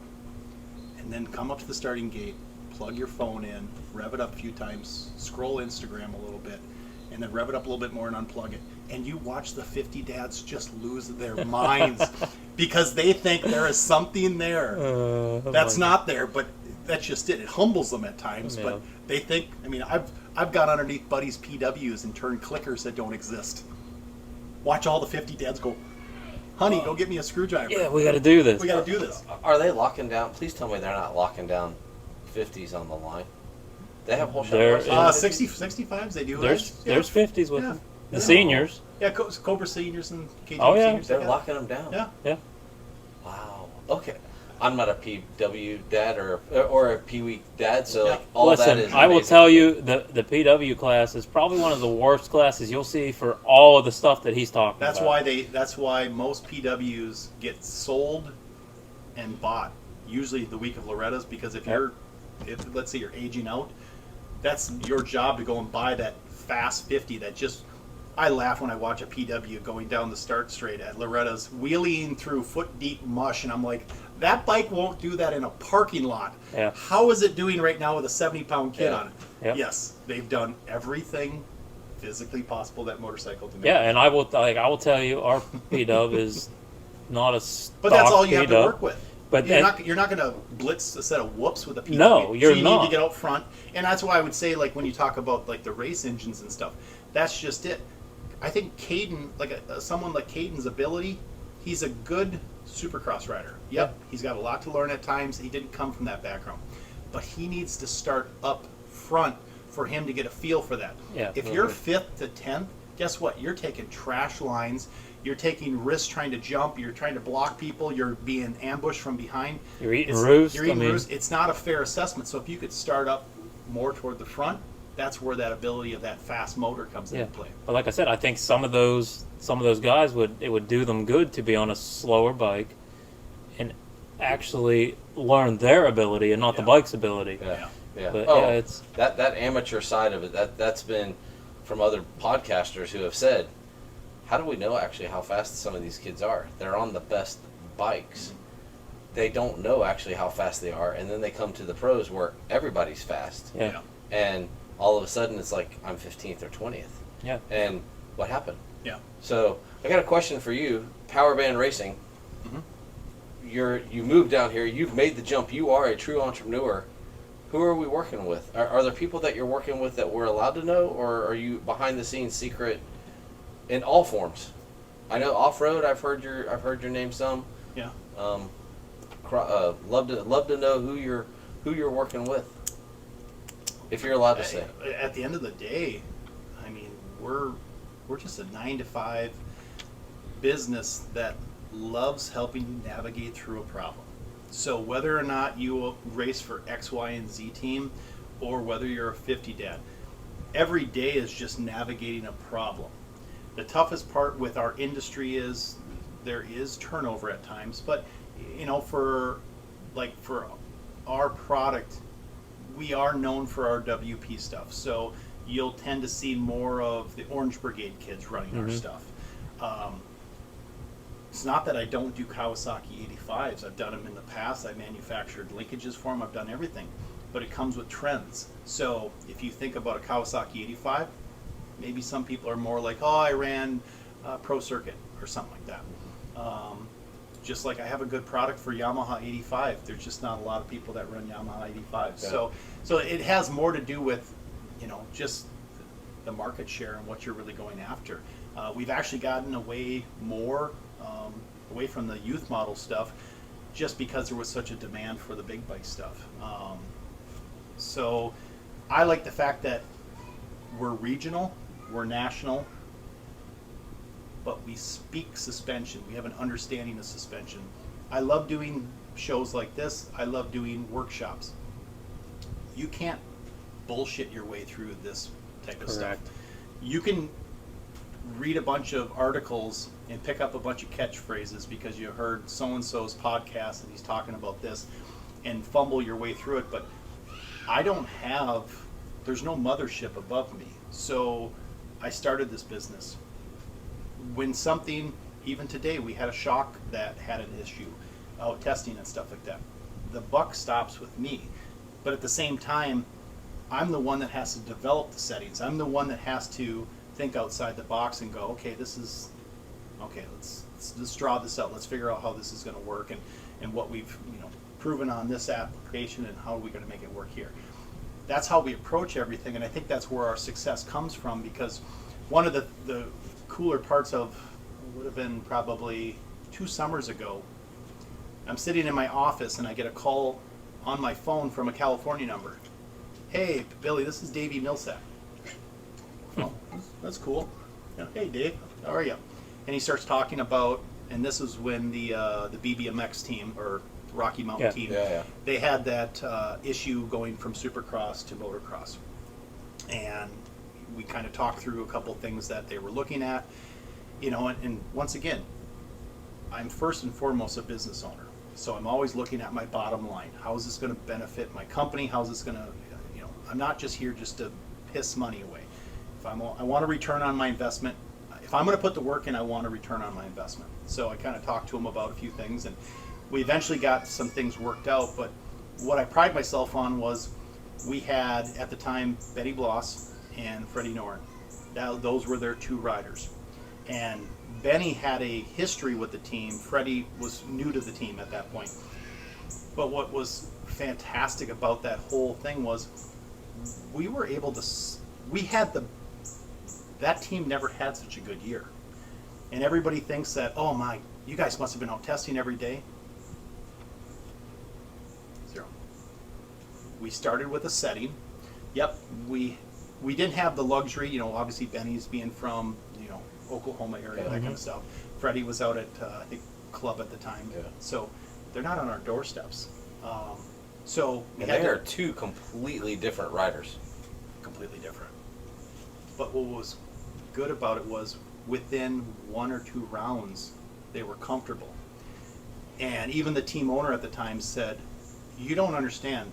Last year at this time, we would have already been on our 5th and 6th revision trying to find something they're happy with. These guys were top 10ing on settings that were just baselines to start with. So that's what I would tell anybody that's becoming into their own realm as far as the suspension guy and stuff. Know your worth, but at the same time, just just work on what you know don't inflate it because they're a double digit or a single digit guy. These guys all put their pants on the same way in the morning. At times, you know more about what the bike's doing than they do. So, Yep. you know, treat your craft the way it is. Figure out, work through something. Yep, there was some revisions in summer, but the funny thing was we reverted back because they thought they needed something else because they might have seen something else. Well, I want to try an air fork. I want to try, because we had cone valves and track shocks. But at the end of the day, these guys were top fiving on settings that weren't that crazy. We just had a good balance. We had a good working relationship. We didn't even get to go to all the races. We only went to 3-4 races. They had to pay, they were paying us to go to the races and be consultants. Dude, I ate granola bars and drank Mountain Dews in the truck half the time. We weren't changing shock settings at Southwick. We had the bikes good. Yeah. So I pride myself on that, and that's kind of how I approach stuff. And I don't do it from an arrogant standpoint. I'm a very humble person when it comes to, I love getting my ass kicked in the realm of business because it makes me put my thinking cap on. I'm never going to be just like, well, that guy just must be smarter than that. That guy's got a degree, or that guy's been doing this for a long time. No, it's just, it's having a relationship, understanding the rider's needs. You know, you could take me to any Pro-Am race and I could walk up and down that starting gate and I could find some way of improving that person's ride, whether I did the work or not, just by having an eye and an understanding of what I'm asking for, that they don't always get. Sometimes these top level, I shouldn't say top level, let's call them medium Pro-Am guys. Mm-hmm. All they know is what's underneath them. Yeah. So they might not even know how to explain what they were dealing with, but you can sometimes go over there and make a few adjustments and they're astonished. They think you're some wizard, and it's like, no, I saw an issue, I saw a problem, and I came up with a solution for it. So yeah. So when it comes to top level people, amateur kids, I enjoy working on all of them. There's really nothing that's outside the scope. We have a machine shop there. We're a small group. It's me and Tyler. He's been with me for quite a few years and stuff like that. We can control our environment, and yeah, we just build upon. But we don't take on something that we don't have knowledge of. Yeah, you could bring something to me. You could bring me a MotoGP bike, and I'm sure I could look at it and understand it and go, okay, well, this right here and this right here would apply, but that's not my forte. Just like with the XC stuff and the FTR stuff, it's getting an understanding of enduro suspension, because the old philosophy was gut it, make it as soft as possible, and just deal with it. Well, no, that's not how it works. I mean, up by us, we've got that Wiregrass thing. It's half a mile of whoops. That's moto. That's not XC. Yeah. But you're still asking the same thing out of the suspension. So it's just getting an understanding. Like I said, I hate to harp on it, but finding, coming up with a solution for a problem. But then I'll flip it and say, we don't want to come up with a solution for a problem that didn't exist. So we don't do crazy stuff without proving that it's right before we don't just throw it in there, because there are some tuners that they might see something cool online. They're like, dude, this new linkage, you got to get it. The poor consumer is just doing the R&D for that guy.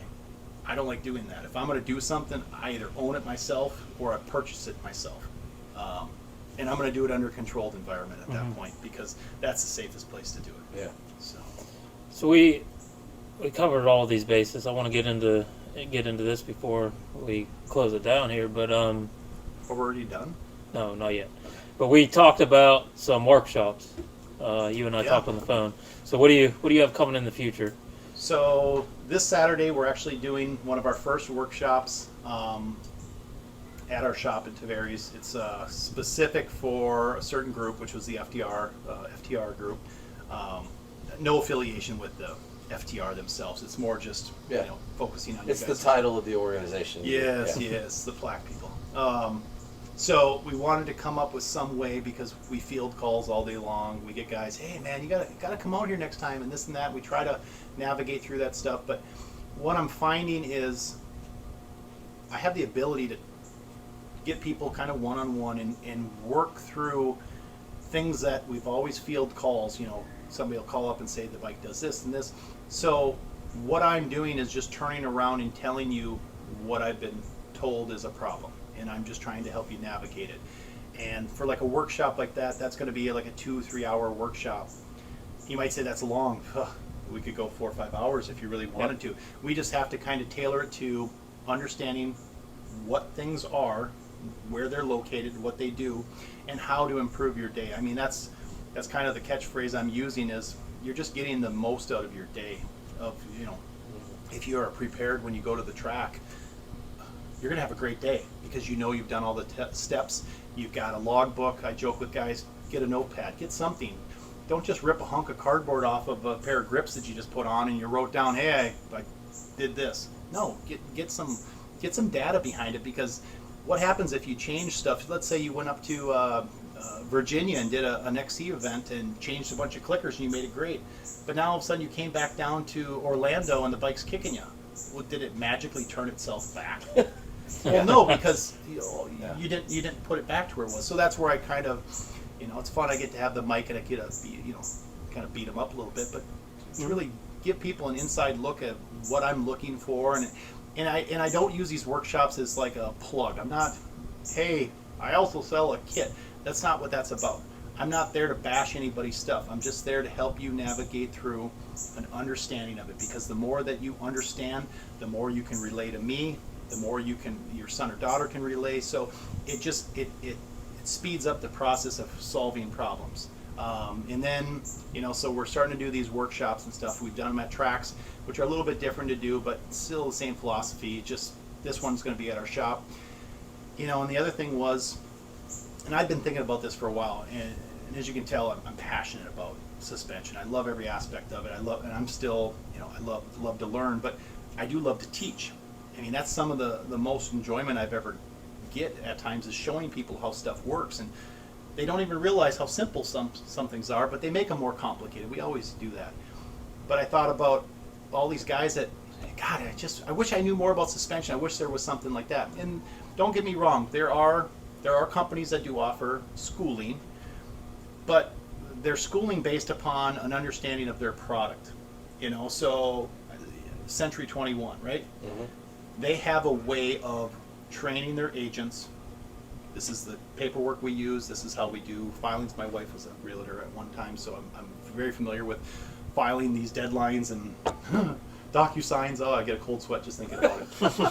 Because I tried to help, but I was no help. And my wife was here yesterday, and poor woman, we're trying to enjoy ourselves, and she spent an hour on the phone with the customer. Yeah. So trying to save a deal. So I live this life. Yeah, but it's a process, right? Yeah.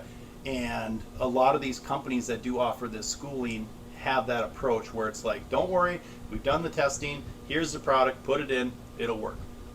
Okay. I can subscribe to anything, but I call bullshit. So I looked at it going, well, when I was a young man taking apart my first shock, if you take, Honda was probably one of the only ones that actually did some illustrations in their stuff. But how they were showing you how to bleed a shock, I'm like, this doesn't make sense. Why would you fill the bladder with oil and then you're doing this? And later in life, I realized that was a terrible way of doing that. But that's all that was there. Unless you stumbled upon somebody bleeding a shock in motocross action, that was it.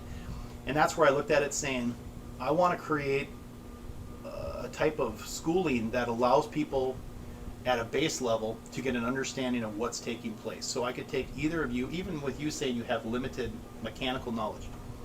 I disagree.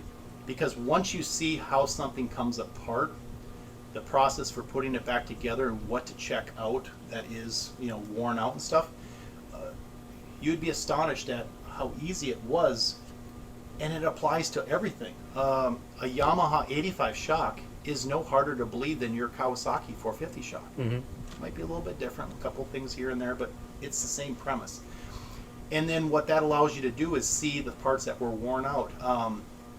A $4,000 set of cone valves. There's a $7 piston band that wears out in those forks.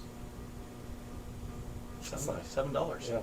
Just put a new band in there, and the fork will decrease compression by 30%. $7 band. And there's no better material. It's a wear part. It's like asking a 125 ring to regenerate itself. Yeah. Well, you know what it's like. If it loses compression, it won't start. Well, suspension's the same way. So I want people to have an understanding of it. And then when the guys and gals that have more knowledge of it and how things work, we came up with more an advanced course.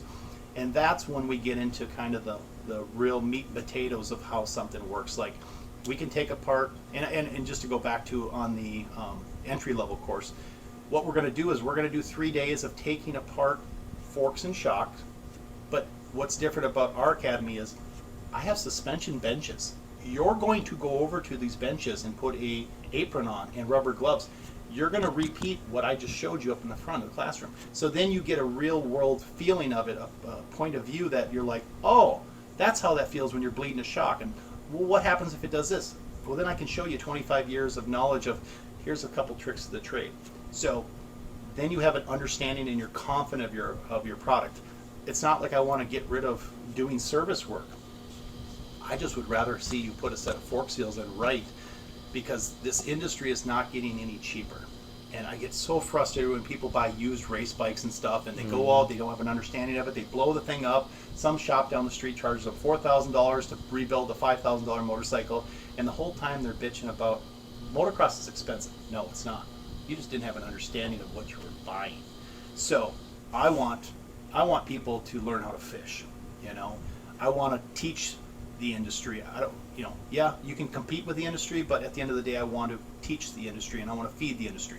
I want to create 1,000 Billies, because I'd rather see that, because then I know what's being taught. I mean, these young kids a lot of them have no understanding of it. Well, sometimes there's mechanics that are the same way. Same thing. There is no university when it comes to that stuff. And then when we get into the more advanced stuff, like you said, we get some guys that might have been using X, Y, and Z brand. But the problem was, even these guys that have been doing it for 15, 20 years don't have an understanding of what they were doing. They were just being told to put it in. Well, let's come back. Let's have an intimate conversation about what this part is and where this part fails, why a cone valve works, why a shim mid valve works. And then you get an understanding of what the manufacturer is building and how to improve upon it. Because at the same time, I'm trying to help these people that maybe they own their own business. This gives you something else to offer. I joke with guys when, it'd be like being a Century 21 guy in a town that has 12 Century 21 offices. Mm-hmm. What are you going to offer? Yeah. So I look at it as a benefit to learning how this stuff works and what you can offer your consumer. And before you know it, yeah, maybe there are going to be 1,000 power bands out there when we're done. I don't see that being a problem, because I want to be a resource to these guys. We're looking at I applaud you guys for what you're doing right now. I mean, my wife was joking with me today. She's like, you should do a podcast. And I'm thinking, I'm going to run out of topics real fast. And then who really wants to hear about this stuff? Maybe that would be something down the road. I called it stickers and clickers, but we're working on the title. But at the end of the day, I even think about trying to build on YouTube, and I'm trying to figure out ways of doing it so I can protect my work, but at the same time, 12 o'clock at night, you're taking something apart on that bike. You don't have the service manual. What are you doing? Scrolling YouTube? Scrolling something? Yeah. Trying to find how that thing went back together. Yeah, it's your only option. You're not calling somebody. Right. I want to do the same thing with suspension. I want to take apart, and it might be little 5-minute snippets, little reels, or whatever these kids are calling it nowadays. But taking apart an assembly, laying it out, showing you how to put it back together, just for the simple fact of what happens if you yanked it apart and that little blue washer went across the room and you're like, did that go in the front of it? You can pull up the schematic from the manufacturer and it's not going to show you the orientation of it. Yeah. So that's the stuff that I'm really passionate about, and that's the stuff that I want to see in the future. I mean, we're still going to continue to be at the forefront of being a suspension shop, a race shop. I mean, we do some service work and stuff too at the shop, and that's growing, and I'm happy for that. But I'm very passionate about this because I look at it saying, well, this allows me a platform to talk. I could have called you guys up and said, hey, I want to sponsor your show. Mm-hmm. And I might get this little box in the corner and I cut you a check for $250, and at the beginning of the show I get brought to you by Power Van Suspension. Yeah. But I don't get the ability to have an intimate conversation with you guys. Like I said, I could sit out here till morning. I love this stuff. I love racing. I love working through, like I said, everybody's different needs and stuff like that. But that's just it. I want to have a voice in our industry at times. And same thing, I look at some of these, when we talk about our advanced schools, I've reached out to guys that are pro mechanics, and I'm like, listen, you could come and spend some time with us. These teams are all looking for suspension techs. There's a shortage in our industry of actually suspension techs. There's chassis guys, there's parts changer guys, but there's a shortage of suspension techs. Come spend some time, and guess what? Maybe we can help you, climb that ladder a little bit, because you'll become more comfortable with tackling these different things. So I'm trying to be much broader with what we're doing and sharing of our info, and there's nothing. The more I share, the better it gets, and the more questions that get asked, and that's, to me, is just a database. I take what people say, and I've got a good memory for remembering conversations and different scenarios. And like you said, I can have a Chase Sexton come in my shop, and we can have a conversation about what his bike's doing. At the same time, a 65 rider can be talking to us, and we can have the same conversation. Yeah. We're just applying the things a little bit different, but that's what kind of we're all about. And like I said, that's kind of the path that we're taking with it and stuff. So yeah, the Suspension Academy, that's going to be something that's going to start in November, and we're going to try to run that through as a 3-day course at the beginning, and that way, if anybody wants to do the full course, they can run it all the way through. It's pretty much going to be leading up to the Mini-O's. I kind of put it at that date more for simplicity. I knew most people are going to be traveling down and stuff. Yep. So, and we're getting people coming from Massachusetts, all over the United States. So That's awesome. and we're going to be a small, intimate group, 12 people and less. So, yeah, I'm enjoying this. I'm enjoying Florida. I'm enjoying where we're at as a company. Still navigating the economy like every other business. I'm trying not to stick my neck out too far, whether you're doing construction, maintenance, real estate. If you just keep doing a good job and listening to your customers, you'll be fine. Correct. It's the guys that, I always tell tuners this, the best thing you can do for a tuner is call them and say how things are going, because you give them a false sense of security when you don't call. Yeah. If they never hear from you, the tuner thinks that they walk on water. I don't necessarily like bad phone calls, meaning that something wasn't what somebody thought, but it shows as a business owner how I handle things. That's what really defines my business. Yeah. Some of these tuners don't have that because they might be doing it on the side, they have limited knowledge, that kind of stuff, and that's fine. We've got a lot of tuners that are out there. All I would tell people is when they're trying to find somebody to do their suspension, have a good conversation with them. Don't pick them because they're your buddy. That's the worst thing you can do. And I had that years and years when I was a young business owner. I had people that were my friends, and it didn't help me, because sometimes it actually abused the situation, because you were just kind of at their whim and at their disposal. We get guys all the time, hey, I want to test. And it's so funny to hear that, because going back to the Butler team, we tested very little, if not anything. We did a lot of stuff at the track and just fine tuning, but these people think that, and it's a lot of the young kids that are coming up, they think that testing is a word that needs to be applied in their program. And it's like, I try to tell them, we test to solve problems. If there's something legitimately wrong with the product or the setup, that's a reason to test it. But we don't test per se just to test, because then you just start going down rabbit holes and stuff. So you have to give them a good baseline and say it can either be this or this, and then we'll humor different things in the middle. But we have to have a base for it, because we can't go week in and week out tearing stuff apart and saying, well, it was good this weekend. No, most motorcycles you should be able to ride, with an exception, weekend to weekend. You should be able to go from Dade down to Moto Bros, out to Orlando MX, maybe adjust a little bit, maybe.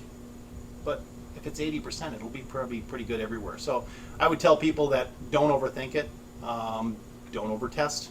But at the same time, if you have no reference, I mean, if somebody has a problem with something, go throw a leg over somebody else's bike like you did. That gives you just a fresh perspective of it. So I think the testing, I think we say what we hear, and in the pros, what are they doing? They're always testing. Oh, we tested this week. So I think there's also that's the phrase. The hype. Yeah.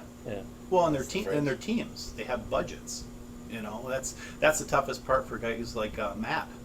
They're trying to get to a point where they can fund this thing, right? You're racing against American Honda. Yeah. They have a budget. They don't need to make a profit. They have no product to sell outside of their race team. So they're, Roger DeCoster is expected to spend X, Y, and Z to go racing. So it makes sense that they do testing and trying all this kind of stuff, and durability stuff. But you've got a pro team that sometimes even the pro riders, Cooper Webb's showing up at Glen Helen with his own, or Paula with his own suspension. That tells you that even those top teams don't have it perfect. Yeah.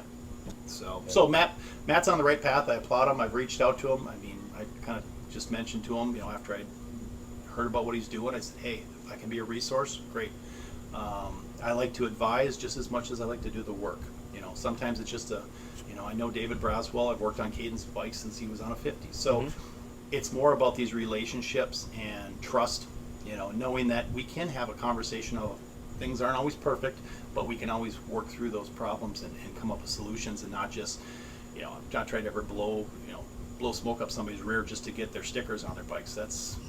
I could care less at that point. Yeah, it's fun seeing your bikes on the starting gate, but it's more about what got you there on that starting gate that tells the story. So That's awesome. Actually, I was going to ask, that was one of my last questions, was what's next? And you just told us Answered what's it next. all. Yeah. Yep. So I do have one technical question left. Go for it. And this is one of those, I'm going to be doing some enduro stuff next year, and there's potential I'm going to be on a sand tire, paddle tire one time, and then I'm going to be on a mid tire, and I'm going to be running Moose. How much is that going to be affecting suspension versus, because the tire's going to have a different sidewall, and I'm not that good, but I also don't want to go to these events and completely be out in left field. So I'm curious, when a parent goes and buys a new tire for we're racing at Dade City, which is normally sand, but sometimes it's concrete once every 35 years. Yeah, once in a great while. But how much does that affect the setup of the bike? I would say that it has an effect on the bike, but it shouldn't be something that you can always reference back, right? So if you have a setting that's working for you, let's say you went there last weekend, you had no problems. All of a sudden you've got these new Kendall tires, or somebody gave you this and that, and before you know it, you're, oh man, the bike's knifing on me, it's doing all this weird stuff. I always say, what changed? What changed in your program that made it do this and this and this? So yeah, I would say get a feel for it. It's tough with some of those products because, like you said, they're going to have so much carcass moving and stuff like that. Some Pirellis have a stronger. We struggled with that when we were helping out Club MX when they were still on KTM's. That's when Hoosier came on board. Oh yeah. Oh, great tire. I'm not bad mouthing the tire, but the It's a tire, great logo. The tire, great logo, but the tire had a ton of flex on it when it broke in. Yeah. And we would chase these different, it would actually flex going through whoops. Well, now all of a sudden you're changing chassis and stuff. So there are times where you get a little frustrated because there's certain aspects of the of the chassis I can't change. Yeah. All I can do is improve upon it. But to your extent, I would just say is just do your own testing. Say, okay, well, I did this, and the beauty of it is you can always take it back off just to see if that changes it and stuff. But you don't know until you try it. If you've never had your forks pushed all the way up, try it sometimes. Do it under a controlled environment. But you can always reference back and say, well, was it better or worse? I mean, you can talk to yourself about it. It's kind of a weird conversation, but you can say, was it better or was it worse? Yeah. But we just don't do that. We jump on it, ride it, expect it to be good. There are times where you've seen some products that are out there that actually did make the bike any better. That's a struggle too, especially if it's, my sponsor gives this to me. I don't know what to tell you. All I can do is tell you that it didn't do it before, but now it's doing it. Sometimes we get riders get sponsored by a triple clamp company or engine hangers, or another good one. We've had super mini riders that tried and true, had everything tested, everything worked. We went from event to event to event. All of a sudden, these titanium things show up, and they bolt them on their bikes, and they're like, "Man, the bike's knifing. It's doing this. He's feeling like it's kicking in the back." And what changed? Well, so and so sent us these engine hangers. Put the stock ones back on and tell me if it changed. Yeah, it stopped doing that. Okay. And that to me is nuts. I listen to some testing guys, and I'm sure you deal with riders. I am amazed that a rider can feel a millimeter change or a torque spec change in an engine mount bolt or that to me is absolutely astonishing that everything kind of works together. I love And there's not a guy out there that I do not like when it comes to testing.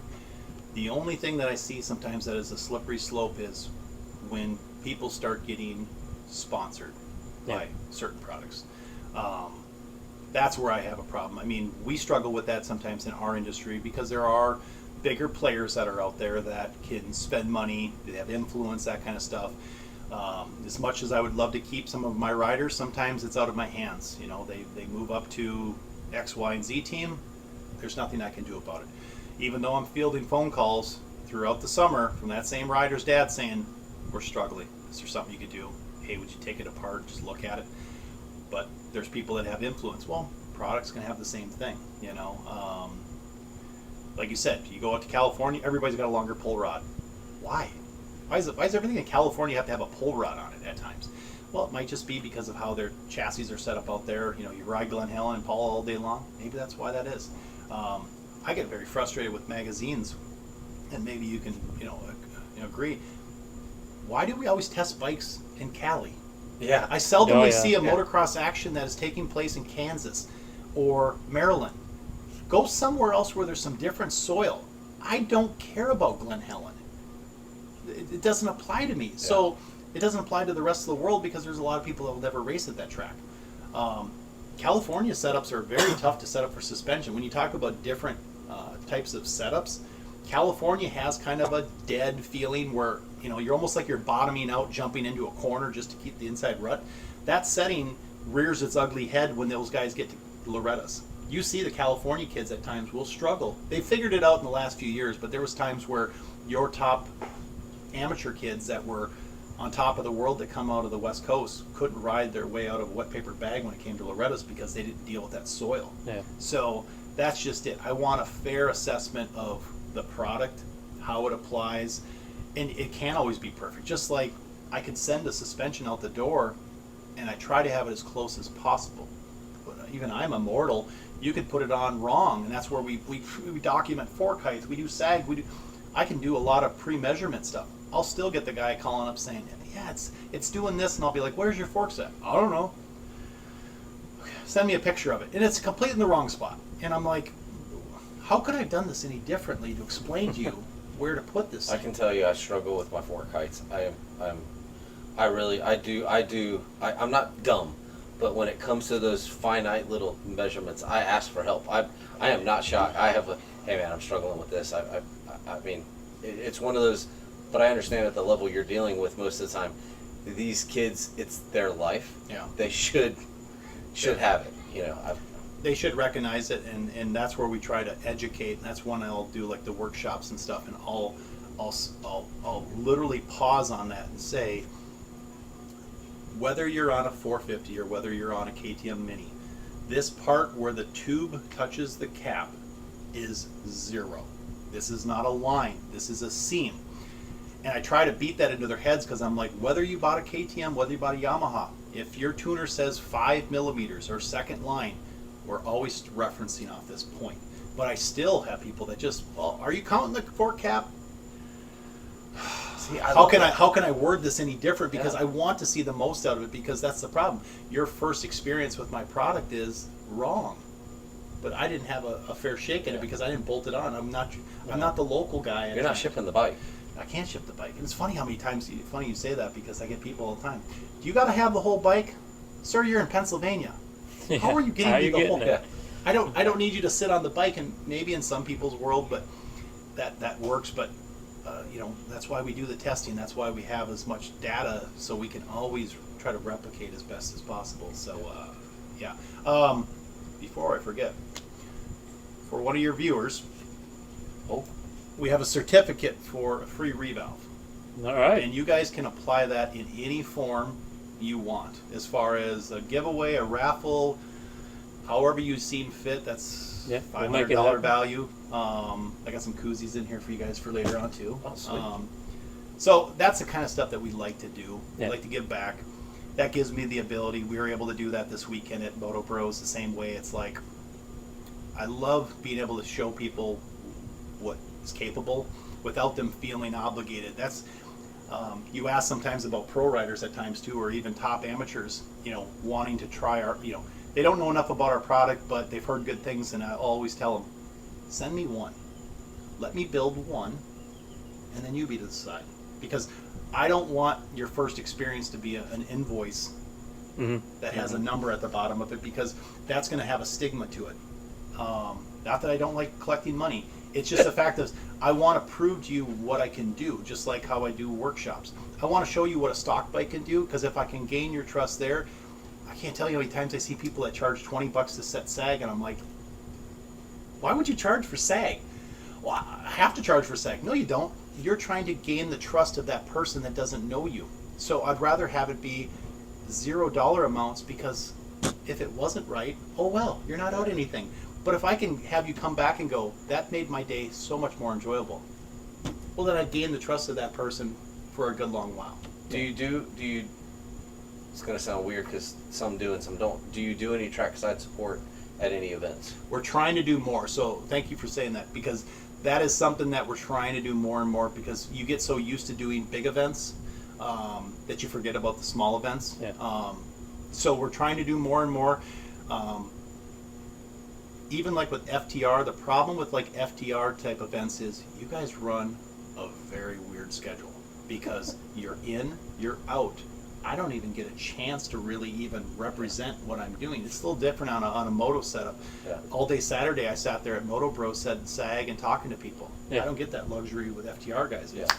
Yeah. No, and you got to get in and out, and so that's where I'm trying to figure out different ways of doing that. I think it's going to like Croom and doing different ride days and that kind of stuff. Yeah. And I was more talking about the motocross side. Say even just hitting local Yeah. local races. Even though I'm the off-road guy, I was thinking more, because I was throwing that out there to say, come talk to him. He's a personable guy. Yeah. And that's what I've recognized tonight. Just sitting here, it's like, yeah, just like come talk about it. And he's not taking money out of your pocket to ask questions. Right. And we're a free resource. I mean, that's a part of like the workshops. I mean, I tried to harp on everybody this weekend at the event. I'm like, you talk about how us tuners are wizards, how we do something. I'm standing in front of you for free for 3 hours. Pick my brain. Ask me any question you want. I would rather get you the right information than have you walk away and be like, well, I wish I would have asked that question. Ask it. Yeah. I'm gonna give them my information, because there's nothing proprietary that I'm gonna tell you, and it's not like we're gonna get into some nitpicky thing. But even down to like, some people are like, well, you don't give everybody the same settings. If you wanted X, Y, and Z guys settings, I'll put them in your bike. They might not work for you, but I don't hold settings back. Why wouldn't I want you to have the best of the best? I'll let you have them. Good luck. Yeah. Yeah. Yeah. No, I think that's awesome. That's what I was referencing is, if you see Billy out, if you see the power band van out, Or Tyler. Yep. or Tyler, if you see them out, ask them. And those are those questions that, as a dad, that you may have a question, and it may just be putting eyes on it. Like when they go, hey, what time's your kid gonna ride? Oh, okay, well, let's go watch, and you can watch it and see like, oh, you know what? It's actually he's hitting that bump, or there might be something. And ask those questions, because one, it's going to give you peace of mind, and two, you might learn something, and three, you might find a vendor that you can then rely on, and you don't have to worry about it. And surprisingly, I watch everybody's bikes. I don't care if they're my stickers or not. Yeah. I watch. If you see me on the fence, I'm watching everyone, because at the same time, I want to see what everybody else's stuff is doing, whether it's stock or whether it's modified. There's been times I've tracked people down, going, there's something wrong with your bike. I don't want to see you get hurt. Your shock is blown out. You should please bring the shock to me. I would rather see that than have you have an issue, because it's like, no, You sound like the tire manufacturers in GNCC. They used to walk around with notepads, and you'd see Pirelli, Dunlop, Kenda, Maxxis. You'd see them walking around documenting. It didn't matter if they were whoever was on that line, all 400 riders, they're out there documenting the brand of tires, and then they got guys out in the woods watching what those tires are doing. Yeah, that's if you're not doing that as a business, then you're just being lazy with it, because you can't just assume that you're always going to have the best setting. Everything's changing. Most frustrating bike right now is the KTM, the 23 and the 24 model. There's some variables there that aren't always favorable. I mean, they've moved some motor parts, they've moved some chassis parts, and it's not the same animal. but we still are being held to the standard where you're going to make the bike work, right? Yeah. I'm going to do my best, but I can't start re-welding tabs on frames either. So let's work through this. Not in America. Yeah. Nope. only a motor MXGP you can do that, but not here. Absolutely. But no, I think that was educational. For someone that's suspension dumb, and some people would say motorcycle dumb, I got a lot out of it and really enjoyed the candidness and just the education part of it. Yeah. I mean, we could do this all night. I don't think you want to edit that. I could do this all night, but yeah. So, for a listener standpoint, obviously we got to cap it at a certain point, and we're pretty much at that point. We're gonna come up with something on this. So that's awesome. This is going to be fantastic. We'll do a giveaway here probably like next week or something. Yeah. And if you've got, and I always tell guys, if you've got, people that are in your inner circle, the young man that was on the other night, I might not do his stuff, but don't feel like you can't reach out. Yeah. And I'm not one to go and try to scoop riders away, that kind of stuff. It's just, I enjoy talking about this stuff. And if I can help, your listeners, that kind of stuff, I mean, pick up the phone, send me an email. Don't Instagram DM stuff. I don't always look at that stuff. I try to, but I'm not that guy. Where can people find you? Yeah. So shop number, which I'll give you guys and stuff like that, or sales@powerbandracing.com. That is my desktop. You send an email, it comes right to me. So if you go off the website, that kind of stuff. All of our school stuff, that's on our website too. We're going to try to do more posting stuff. You'll start to see more reels, that kind of stuff. I'm trying to be like the kids. I'm an old dog. It's hard. I understand. I am battling that right now too. I got you completely. Yeah, I know it's the new age and stuff, and maybe that stimulated me to do more with this type of stuff and get better at talking and stuff. Yeah, it's a hard realm. I was never a talker, but I'm now full blown with this. Like we're talking, we're on TikTok, we're on Instagram, we're on Facebook. The whole 9 yards. It's difficult to keep up with it all, but it's the generation. But it's needed. I mean, there should be a limit of this information that's out there. Like I said, you guys are doing a great job with bringing attention to Florida and all that kind of stuff, and the motocross, the XCC. I mean, we need more of that. We need more of that than kids doing stupid stuff on the internet. And getting likes and clicks and stuff. It's like we should be, feeding our minds with information. I mean, there's nothing better than a podcast that you can just put a set of earbuds in. I mean, I listened to you guys' hour and a half drive down here. I mean, I was listening to your program and taking different things from how you guys do it. So we can all continue to learn, and that's just it. Share and not be afraid to share. That's the other thing. Like you said, it goes back to the pro racing. Everything shouldn't be so backdoored. No. You laugh about that, and we talk about sharing, and you talk about using other. I'm actually in my business podcast that I do. One of my goals is to sit down with some of the top agents in our area and tell them, hey, this isn't competition. I want to know what makes you so good. I agree. Because you're good. You're good, and you're doing a great job in this industry, in this area. Give us some of those tools that you're using. I've got my ways. Yeah. I'm not here to. Yes, I'm competing, but in the grand scheme of things, you might be teaching someone else, and our whole job is to build. And guess what? If two people see two people cooperating, all of a sudden they're like, oh. Okay, so I think it's hilarious that you talk about that because I'm actually battling that right now. I've got a couple superstar agents that I need to sit down with, and it's like I've got to approach them the right way because I'm not competing against you. I want to give you press. Like I want you. You're getting free press from me. Yeah, what's that saying about ships rising? Oh yeah, I mean, that's the philosophy you have to have, and that's just it. And if I can kind of circle back on that someday too with other suspension guys, that's just it. We all talk about our struggles. We all talk about things that we're having an issue with in the industry, something's backordered, that kind of stuff. We're always talking and stuff, but yeah, we might not always do stuff the same way, but we all want the same results and stuff, and that's just it. You should be able to spotlight people and say, what are you doing really good in North Carolina?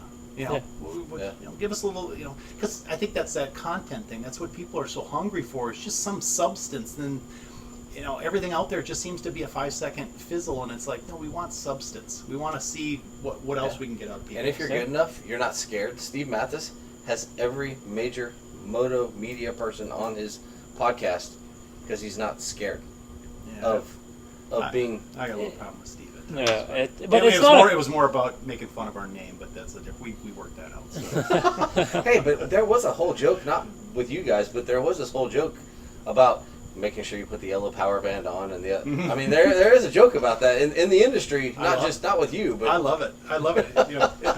When somebody keeps saying something over and over, I'm like, keep saying it.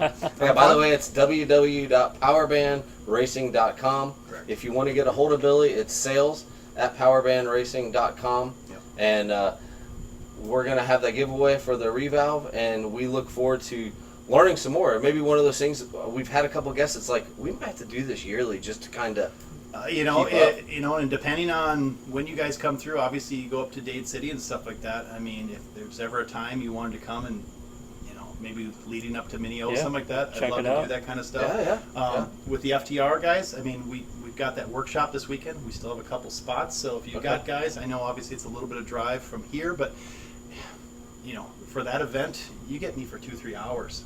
So that's something they might want to look at, but that's just it.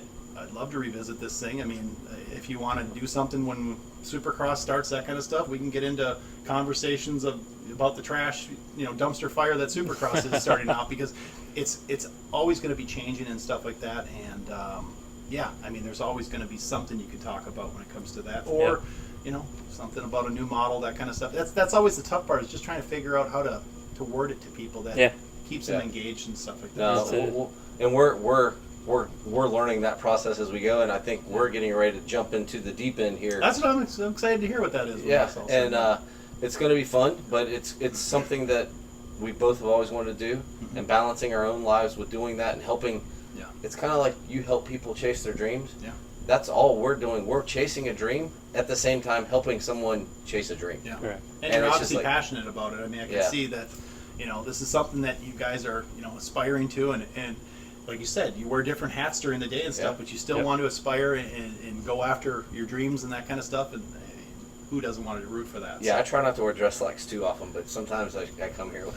That's we did our podcast with our rider last night. That was our big announcement, that Beyond the Curve MX is hitting Supercross this year. Fantastic. And I just took a moment and I'm like, just think back 10 years ago. Do you ever see yourself at this point? Dreams do come true. Absolutely. So, as a kid, anybody listening, you just keep digging. Well, I was going to race at Le Mans, but this is pretty good. So. And and as a business owner, I recognize when I hear guys that are doing stuff like this, and that's just it. We all want to be part of something. Yeah. And if there's a way down the road and your rider needs something, absolutely pick the phone up and stuff like that. I mean, the funny thing is, I won't go down the big rabbit hole, but I tell people with sponsorship is whether or not I like you. Yeah. It has no other mechanical advantage to it. It's whether or not I'm willing to take money out of my pocket, out of my children's pocket, to help you. Correct. And we've gotten to a point now where we either do it for free or we do it for retail. We don't really have anything in the middle, just because if we do stuff in the middle, we turn into Hook It, we turn into Sponsor House. I'm probably dating myself with some of these places. They probably aren't even there. I remember Hook It, but Well, Sponsor House is now Hook It. But long and the short is, you could be a nobody and get 50% off. Correct. Yeah. Why? Yeah. 50% off is a lot of money. No, would you sell a house for 50% off? No. There's now sponsorship and support. Yeah. Where it used to be sponsorship. So we have sponsorship. Yeah. And we don't, even on the podcast, my little rider, we only work with people we can back. Yeah. And that's how it is with our Supercross rider. That's how it is in our amateur world. If I can't back your business, we don't work with you. I don't want free stuff. Yeah. I want to know that I can trust you, and I want to know that you're there to support me when we need it. If I need my suspension redone, you're sponsoring me. I need to know that I can bring that up because we have a race this weekend. It's going to be done on that bike. Correct. So this is a rabbit hole that we can go down forever. And to go back to what Matt's dealing with and stuff. Like I said, I've never even spoken to the guy, but that's something that these even bigger teams have to deal with and stuff. Yep. It's we've got a couple guys and they've tried this and this and this, but it is hard to get them all wrangled together, because it does make sense. For the upcoming Supercross, we just got done kind of verbal agreement to the Mad Kawasaki team. Yeah. So we're going to be handling that whole 450 team. They're all going to be on the same product. Where last year we had one rider and this guy had this, and it was just this really mixture of stuff. But at the end of the day, even the top teams, they just want to have an answer of, this is what we need. Can you provide? Yeah. That's it. It's Yeah. as simple as that. They're not looking for a check. They're just looking for, if I ask for this, can you get this done? Yeah, absolutely. So, yeah, and all they're going to ask in the long term is, what can you provide to us? I Yep. mean, it's a very simple contract, basic. it's actually easier than the amateur business. stuff. Yeah. It truly is. Yeah. at The times. amateur stuff is miserable. Like, these guys are fighting for $250,000, $500,000, $100,000 here. We're fighting for $500. Yeah. And it's Or we get the phone call, hey, do you do sponsorship? That's what I hear on every end of every conversation. And I tell them, first things first, are you in my QuickBooks? I've never done work with you before. Okay, we'll start there. So we're going to look at past history and how we progressed. And then, because and I'll tell your listeners the same thing. I would rather help the dad that is at an event and the guy beside him has an issue. Hey, that Billy from Power Band, Tyler's over in their box truck. Let me take you over and introduce him to you. Yeah. Hey, Billy, this is so-and-so. Yeah. Those types of dads, I'll tear up every invoice that ever comes across my desk because of what they do. But to that top level guy that says, well, they won't even say our name at Loretta's because I have to thank Ogio because Ogio gave me a bag. Scott gave me 6 sets of tear-offs. Wait a minute, the suspension and motor guy got you up front and got you on this podium. Yeah. We should be a little farther to the top. pinnacle of the bike. But they forget real fast. Yeah. And those are the ones I say, really not interested in helping out anymore. I mean, there's been top level kids I've said, I just don't want to help anymore. Yeah. This isn't a good relationship. It's so. funny, you're not the first suspension guy that's told me that Yeah. that everybody wanted something. He's like, man, I'm running a business. Right. And everybody wanted something for nothing. He said, I'm not running a business then, I'm running a charity. And that's what our industry unfortunately is right now. Yeah. It's this. I think it's going to take a few generations to weed it out. But when we go back to all these guys, we're all in the trenches together. Yeah. Stop giving out everything for free. Yeah. If we'd all kind of align ourselves and say, that's why you most of the time. It's surprising on the motor side they don't do this, but suspension most of the time everybody has a price structure to be at. So it's kind of a fair analysis of where everything's at. Motor guys are kind of all over the place, but that's just it. We can all make a better living if we would stop having the guy down the street giving out everything for free because he wants his sticker out there so bad. Yeah. And it's like, that's going to be short-lived because they're going to move on to the next guy that's going to offer him 3 extra stickers. Yep. So try to stick with your your price structure, and sometimes you might hear no, that's fine.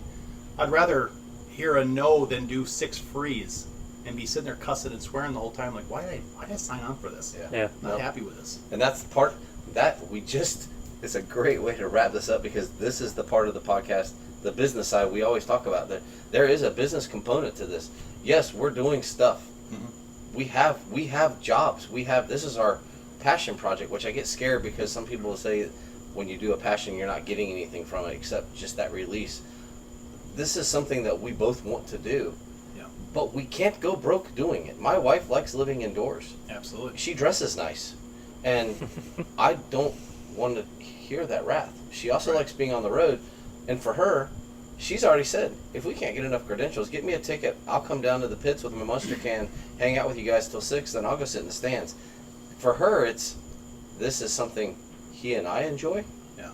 And I'm going to help you support it. And that's where we are. I'm not going broke for it. No, we can't. I mean, I got 3 kids. We're racing. But it's building, and it's becoming quite the adventure. And I would say with business, I always refer back to people, how you do one thing is how you do everything. Yeah. So if you're this business guy that's running around with his head cut off, he's not invoicing, he's next to airing everything. Oh, I didn't put springs in it because we didn't need them. Well, did you not need them? Because we didn't have enough time to get them. Yeah. Different things like that. So that's what I always tell people is how you do one thing is how you probably do all your stuff. So people would rather see you organized. How many times have you walked sometimes into people's shops and you're just like, I wouldn't let this guy work on my lawnmower. There's 27 motors taken apart on that bench, and I don't even know whose is whose. If you find, I encourage people, stop by our shop. We're open, 9 to 5. We took on an old Fastenal building. It's all glass. Mm-hmm. I don't get to hide my mess. My mess is out in front. So if you were to walk over to my valving area, it's relatively clean. My disassembly area is relatively clean. Where I keep my products is relatively clean.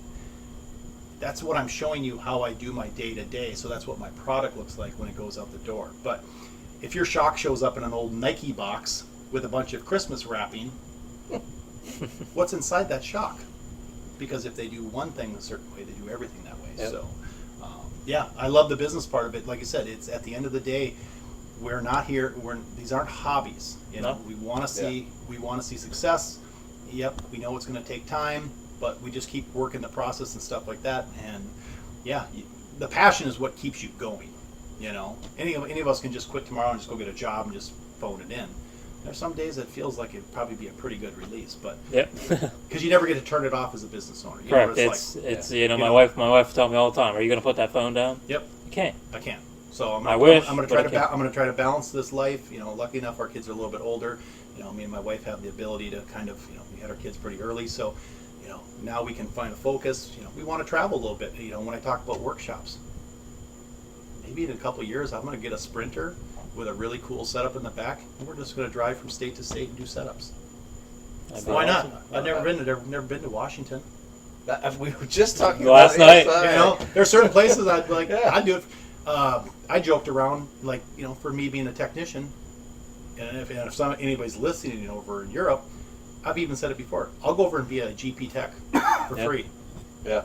I just want to go see all those cool places. Yeah. I want to go to, you know, Asia. I want to go to Russia. Oh my God, go do suspension all day long. Just pay for me and my wife. Cover our costs. I'll do it for free. Yep. Just because. I mean, you got one life. Want to go see most of it. Enjoy it all. Yeah. And I think that's a great way to wrap it up. That right there. You got one life. Do it well. How you do one thing is how you do it all. And you can see the passion talking about, I mean, you can see the passion when he was talking about the suspension and the parents. And reach out. Yeah. This, I guess, I won't say it's our first infomercial because we dove in. We've had multiple infomercials with the training and the lots of people. And this is the encompassing of the industry. I can't wait till we get somebody on that does gear. Like I can't wait to talk about gear and helmets and boots and all that stuff. I mean, I think I find it interesting. Yeah. I just find it interesting. So I want to thank Billy with Power Band Racing for joining us, and welcome to Florida from Minnesota. You are a transplant that I guess we'll accept. I've accepted Derac from Pennsylvania. As a true Floridian, it's been tough to watch my state be infiltrated. There's a few of us that come down that are pretty good. But no, thank you, and thank you for bringing your business down and wanting to expand the knowledge of the racers. Derek, you want to wrap us up? Yeah, I hope to see you at some of the racetracks soon. Yeah. We hit Gold Cup this weekend, so it's going to be exciting. We're at Diamondback. I can't wait to do this again. I think it's going to be a blast. There's so much more conversation to have here. Yeah. And and I would say, you know, as being new to Florida and stuff like that, I mean, I asked the same out of the FDR guys. Help me get an understanding of, you know, where you see that my type of business would fit into this. Because, like you said, I've yet to go to a Dade City race. You come do a Dade. I did a day in the dirt. Now, well, that's a whole different ballgame. That was fun. But it was the first time I was there, and I thought, God, this would be kind of fun to kind of go here. But, you know, I never turned the business part of it off. I'm like, well, what can we do at this event? You know, I want to be part of it. I don't just want to be, you know, like this weekend. I didn't want to be a guy that was just sitting there in the back of his box truck and no one really wanted to approach me. Yeah. I'd rather just be mingling, and then, like you said, walk up and get a free workshop and not feel like, oh, well, you're not my suspension guy. I can't. Yeah. We're just having a conversation. Well, let's get you a Dade City race. That's a goal right there. So I like it. we'll get you out there at Dade City. We're pretty well known at Dade City, so we'll get you out there, and I think it'd be a fun weekend. That sounds like a plan. For Derek, who's known everywhere, and DBC Custom Fabrication and Handyman Services, and for me, Trey Heath, with Michelle and Trey Real Estate, I'm not known anywhere. This was the 28th episode of the Beyond the Curve, the MX podcast, with our guest, Billy Edmonson of Power Band Racing. Thank you all, and we look forward to seeing you the next time. Thanks, guys. See ya.